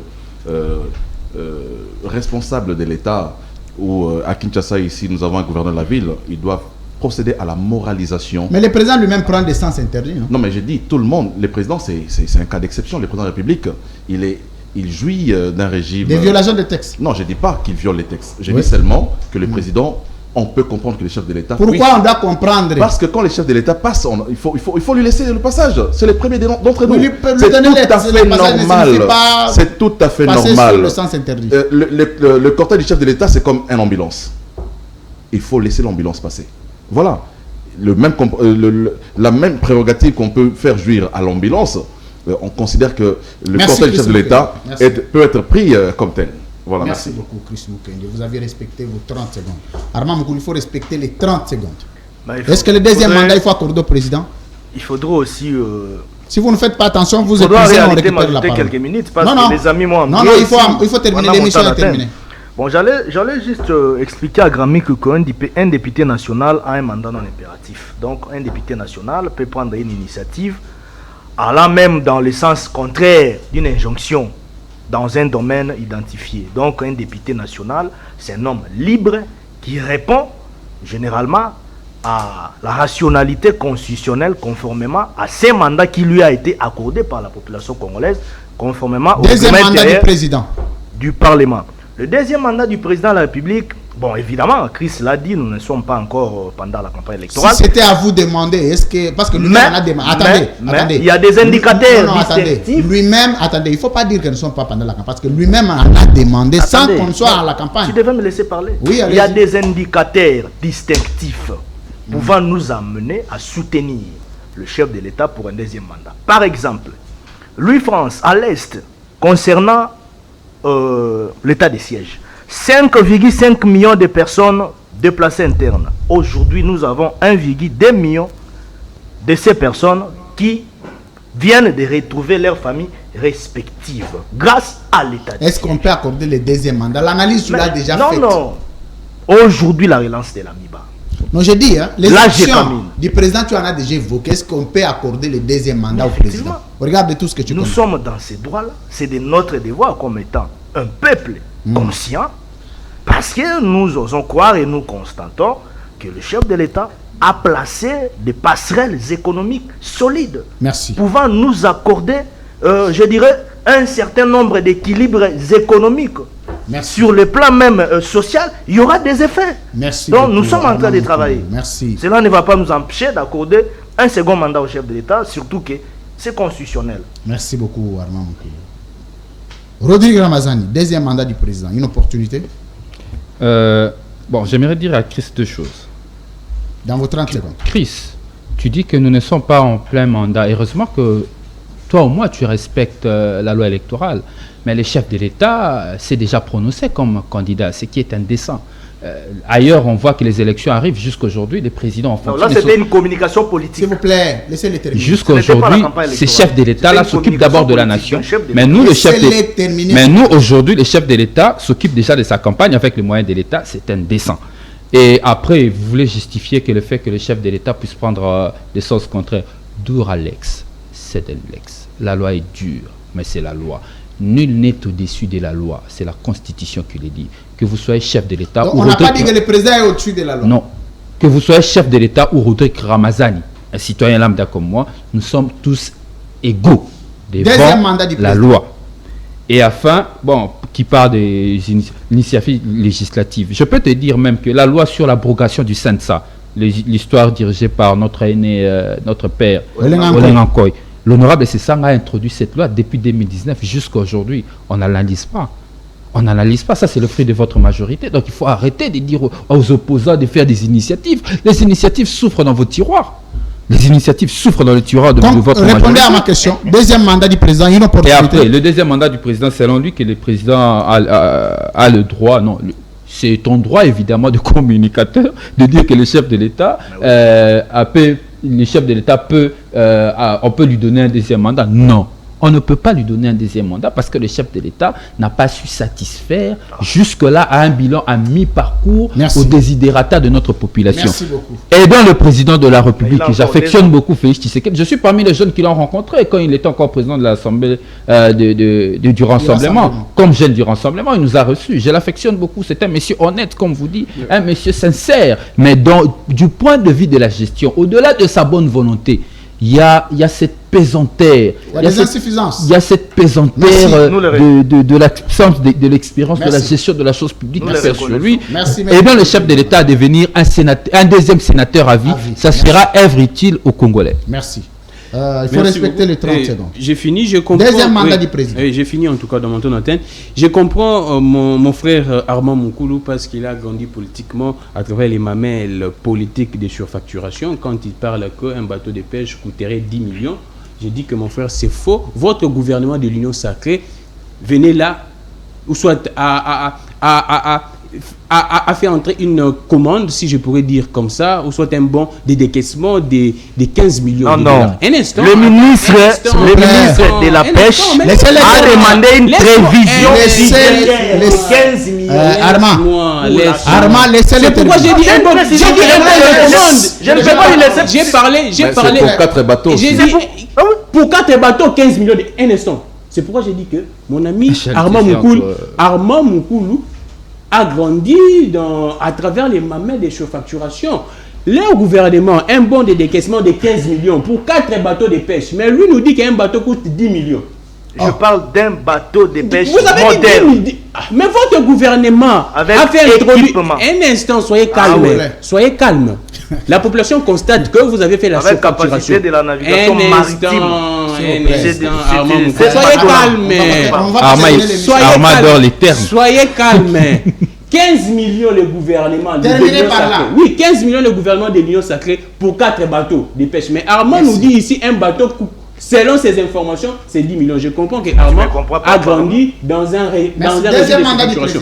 Deuxième mandat du président. Je parlerai de la préparation. Chris Mukendi, un président ne peut pas prendre les sens uniques. Un président, avant d'effectuer un déplacement, il doit alerter les services, qu'on puisse aménager la route pour que le président passe sans rencontrer des embouteillages. C'est ça l'organisation, le fonctionnement. C'est ça le professionnalisme. Attendez. D'abord, dans un État, on devrait aménager la route parce que le président passe, ou ça devrait être une habitude pour tous les peuples congolais de vaquer aussi librement. Attendez, pour un État responsable, on doit sentir qu'il y a une politique de dégagement de route, pas seulement parce que le président passe, parce que ça doit se passer comme ça dans un pays des normes. Exactement, c'est comme ça. Mais il arrive dans des moments, des points chauds, comme on dit, des moments où il y a beaucoup de circulation, il y a beaucoup de gens qui circulent. Donc le président doit aviser les services, ainsi de suite, doit aviser les PCR pour que les PCR fassent de l'air mieux, pour essayer un peu d'aménager, pour que le président ne rencontre pas des embouteillages. Ça relève de la sécurité. Un instant, Chris Mukendi. Le président avise. Dans un instant, le président ne doit pas. Un instant, Chris Mukendi. Soyez calme. Le président ne doit pas être soumis à un régime exceptionnel. Le mouvement du chef de l'État relève de la sécurité. Pour le deuxième mandat du président, il est libre. Merci. Il est libre. C'est comme. J'ai dit à Chris Mukendi, le président ne doit pas être là pour un régime exceptionnel. J'ai la parole, s'il vous plaît. Mes très sincères félicitations au président tanzanien, Magufuli. Vous avez suivi, il a construit son pays, j'ai vu les images, c'est plus que le Rwanda. Mais la particularité ici est que ce président n'a effectué aucun voyage en dehors de son pays. En dehors de l'Afrique, je voulais dire. Il est resté dans son pays, il le disait que mon travail à moi comme président, ce n'est pas en Belgique. Parce que le président ou le gouvernement belge doit travailler aussi. Pas aux États-Unis parce que le président américain doit travailler. Pas en France parce que le président français doit travailler. Moi, mon travail, c'est dans mon pays. Il est resté 5 ans, il a épuisé son mandat hier. Il n'a pas voyagé, mais il a construit son pays terriblement. Et son peuple a dit, il peut ne pas organiser les élections, on le veut encore à la tête du pays. Quelle grâce! Et qui voyage sans construire le pays? Ici, tu n'es pas journaliste. Mais je veux dire que le président Tshisekedi a totalisé plus de 220 voyages. Donc c'est lui qui voyage. C'est pas vrai. C'est lui qui voyage. Alors, sans construire les pays. 220 voyages, mais avec des effets positifs. L'émission, bien, oui, je suis bien d'accord. Avec des effets positifs. Il peut y avoir des effets positifs comme négatifs. Laissez les journalistes. Attendez, s'il vous plaît. Mais pas des s'il vous plaît. Je protège les présentateurs en tout cas. Arrêtez l'émission. Attendez, il se peut que le président en voyageant nous a apporté. Je n'ai pas dit que ce sont des voyages touristiques. C'est parce que dans vos intentions, vous pensez qu'il a voyagé touristiquement. Non, non. Mais 225 voyages. C'était des voyages qui nous ont apporté des bénéfices proportionnels en Afrique et à l'étranger, plus de 200. Parce qu'il se faisait... on n'attaque pas les présentateurs. Attendez, il peut aller en Belgique, de la Belgique il va en France, de la France il va aux États-Unis, des États-Unis il va à Bruxelles et puis il revient ici. Ce n'est pas un seul voyage. C'est 4 voyages, parce qu'il y a 4 ordres d'émission de son cabinet. Voilà. Les 220 voyages. Plus de 220. Ah, donc d'ici 2023, je ne dis pas qu'il n'a pas construit le pays. Ce n'est pas ce que je dis. Mais je dis plutôt que Magufuli, lui, n'a pas voyagé, mais c'est possible de ne pas voyager, aller voir des Américains, mais construire son pays. C'est aussi possible. Mais c'est aussi possible de voyager et construire son pays. Mais c'est aussi possible de voyager sans rien faire. Mais c'est possible l'émission d'aujourd'hui est terminée. Et que les investisseurs américains ne viennent pas parce que le pays est corrompu. S'il vous plaît. L'émission d'aujourd'hui est terminée. Mais pourquoi tu t'es fait opposant à Tshisekedi? Tu es journaliste. J'ai donné des présentateurs en plus. Non, lui, il a tendance la mouka. Et plus grave encore, on dit que Katumbi est encore à l'Union sacrée. Alors, l'émission d'aujourd'hui est terminée, mesdames, messieurs. Merci de votre confiance et fidélité à la chaîne de l'excellence et du professionnalisme. Joyeux fête des mariages à Chris. Merci à vous tous. Merci. Merci d'avoir été les nôtres. C'est toujours comme ça la fin de l'émission. Et coucou à maman. Demain à 12h, nous aurons encore, je crois, une libre opinion avec un invité qu'on va vous annoncer. Gramic, merci d'avoir été le nôtre. Merci. Quand j'ai parlé de Moïse Katumbi, c'est mon grand frère. Hein. Il parle bien, il faut le saluer de ma part. Non, je n'ai aucune relation avec lui. Merci beaucoup. Alors, Maître Rodrigue Ramazani. Je transmets les messages à Peter Tiani parce que je le vois. Oui, ben c'est bien d'avoir des gens qui évoluent dans ce sens-là. Moïse Katumbi n'est pas moindre, il faut les respecter. C'est comme Tshisekedi, comme Fayoulou, comme Katumbi, comme Bemba, comme Pascal Niembo. Oui, vous transmettez également mes salutations au premier révolutionnaire. Maître Pascal Niembo Mouyumba. Merci beaucoup, c'est arrivé. Alors, merci beaucoup à Maître Rodrigue Ramazani. Saluez mon vieux délice Sanga et pour Djaka 5. Je ne manquerai pas. Merci beaucoup. Bahati Lukwebo, le président du Sénat. Il a des tendances à adhérer dans votre parti. Il faut bien suivre ça. Alors, merci d'avoir été les nôtres. Merci Louis-France. Merci aussi à toute l'équipe technique. Merci à Christophe. On salue également Lambert Mendeno. Il faut saluer mon vieux Lambert Mende. Alfred Motte, c'est mon type aussi. Et sans oublier Thierry Monsenenko. Il est secrétaire général adjoint. Très bien, le secrétaire général, c'est bien Merci Mutombo. Je salue. Le président national, c'est Omer Mouswanza. Vous connaissez Thierry, c'est mon encadré direct. Mais on dirait, au niveau de la CCI, à part Mende, toi et Thierry, les autres là, c'est des inconnus. Non, je ne vous pose pas la question, je vais constater. Les noyaux politiques ont cette stratégie. S'il vous plaît, c'est comme Armand, vous défendez tout. Armand, vous défendez tout, Armand. La boîte fonctionne. C'est comme il y a des zéros dans l'ombre. S'il vous plaît, c'est comme chez Bahati aussi, à part Chris Mukendi Bahati lui-même, je ne connais personne d'autre. Merci d'avoir été de notre Patrick Makanga, le secrétaire général. Je présente mes félicitations. Nous avons un nouveau secrétaire général au parti. Qui? C'est qui? Guy Richard Malongo. Ah, d'accord. Donc, il était président de la fédération du Moamba. Non, non, il est quinois. Il est quinois. Il est quinois. On a toutes les informations. Non, il est de l'espace. Je crois qu'il est. Il est du Bandondo. Ouais. Guy Richard Malongo. Malongo, c'est un nom Yaka, je crois. C'est le nouveau secrétaire général du parti. C'est un nom Yaka. Je crois que vous le recevrez à Libre Opinion aussi. Merci, il faut l'amener. Merci. Merci beaucoup. Alors, l'émission d'aujourd'hui est terminée. Le rendez-vous, c'est demain à 12h. D'ici là, portez-vous bien. Merci de votre confiance. Au revoir. On salue également le présentateur. On salue le présentateur.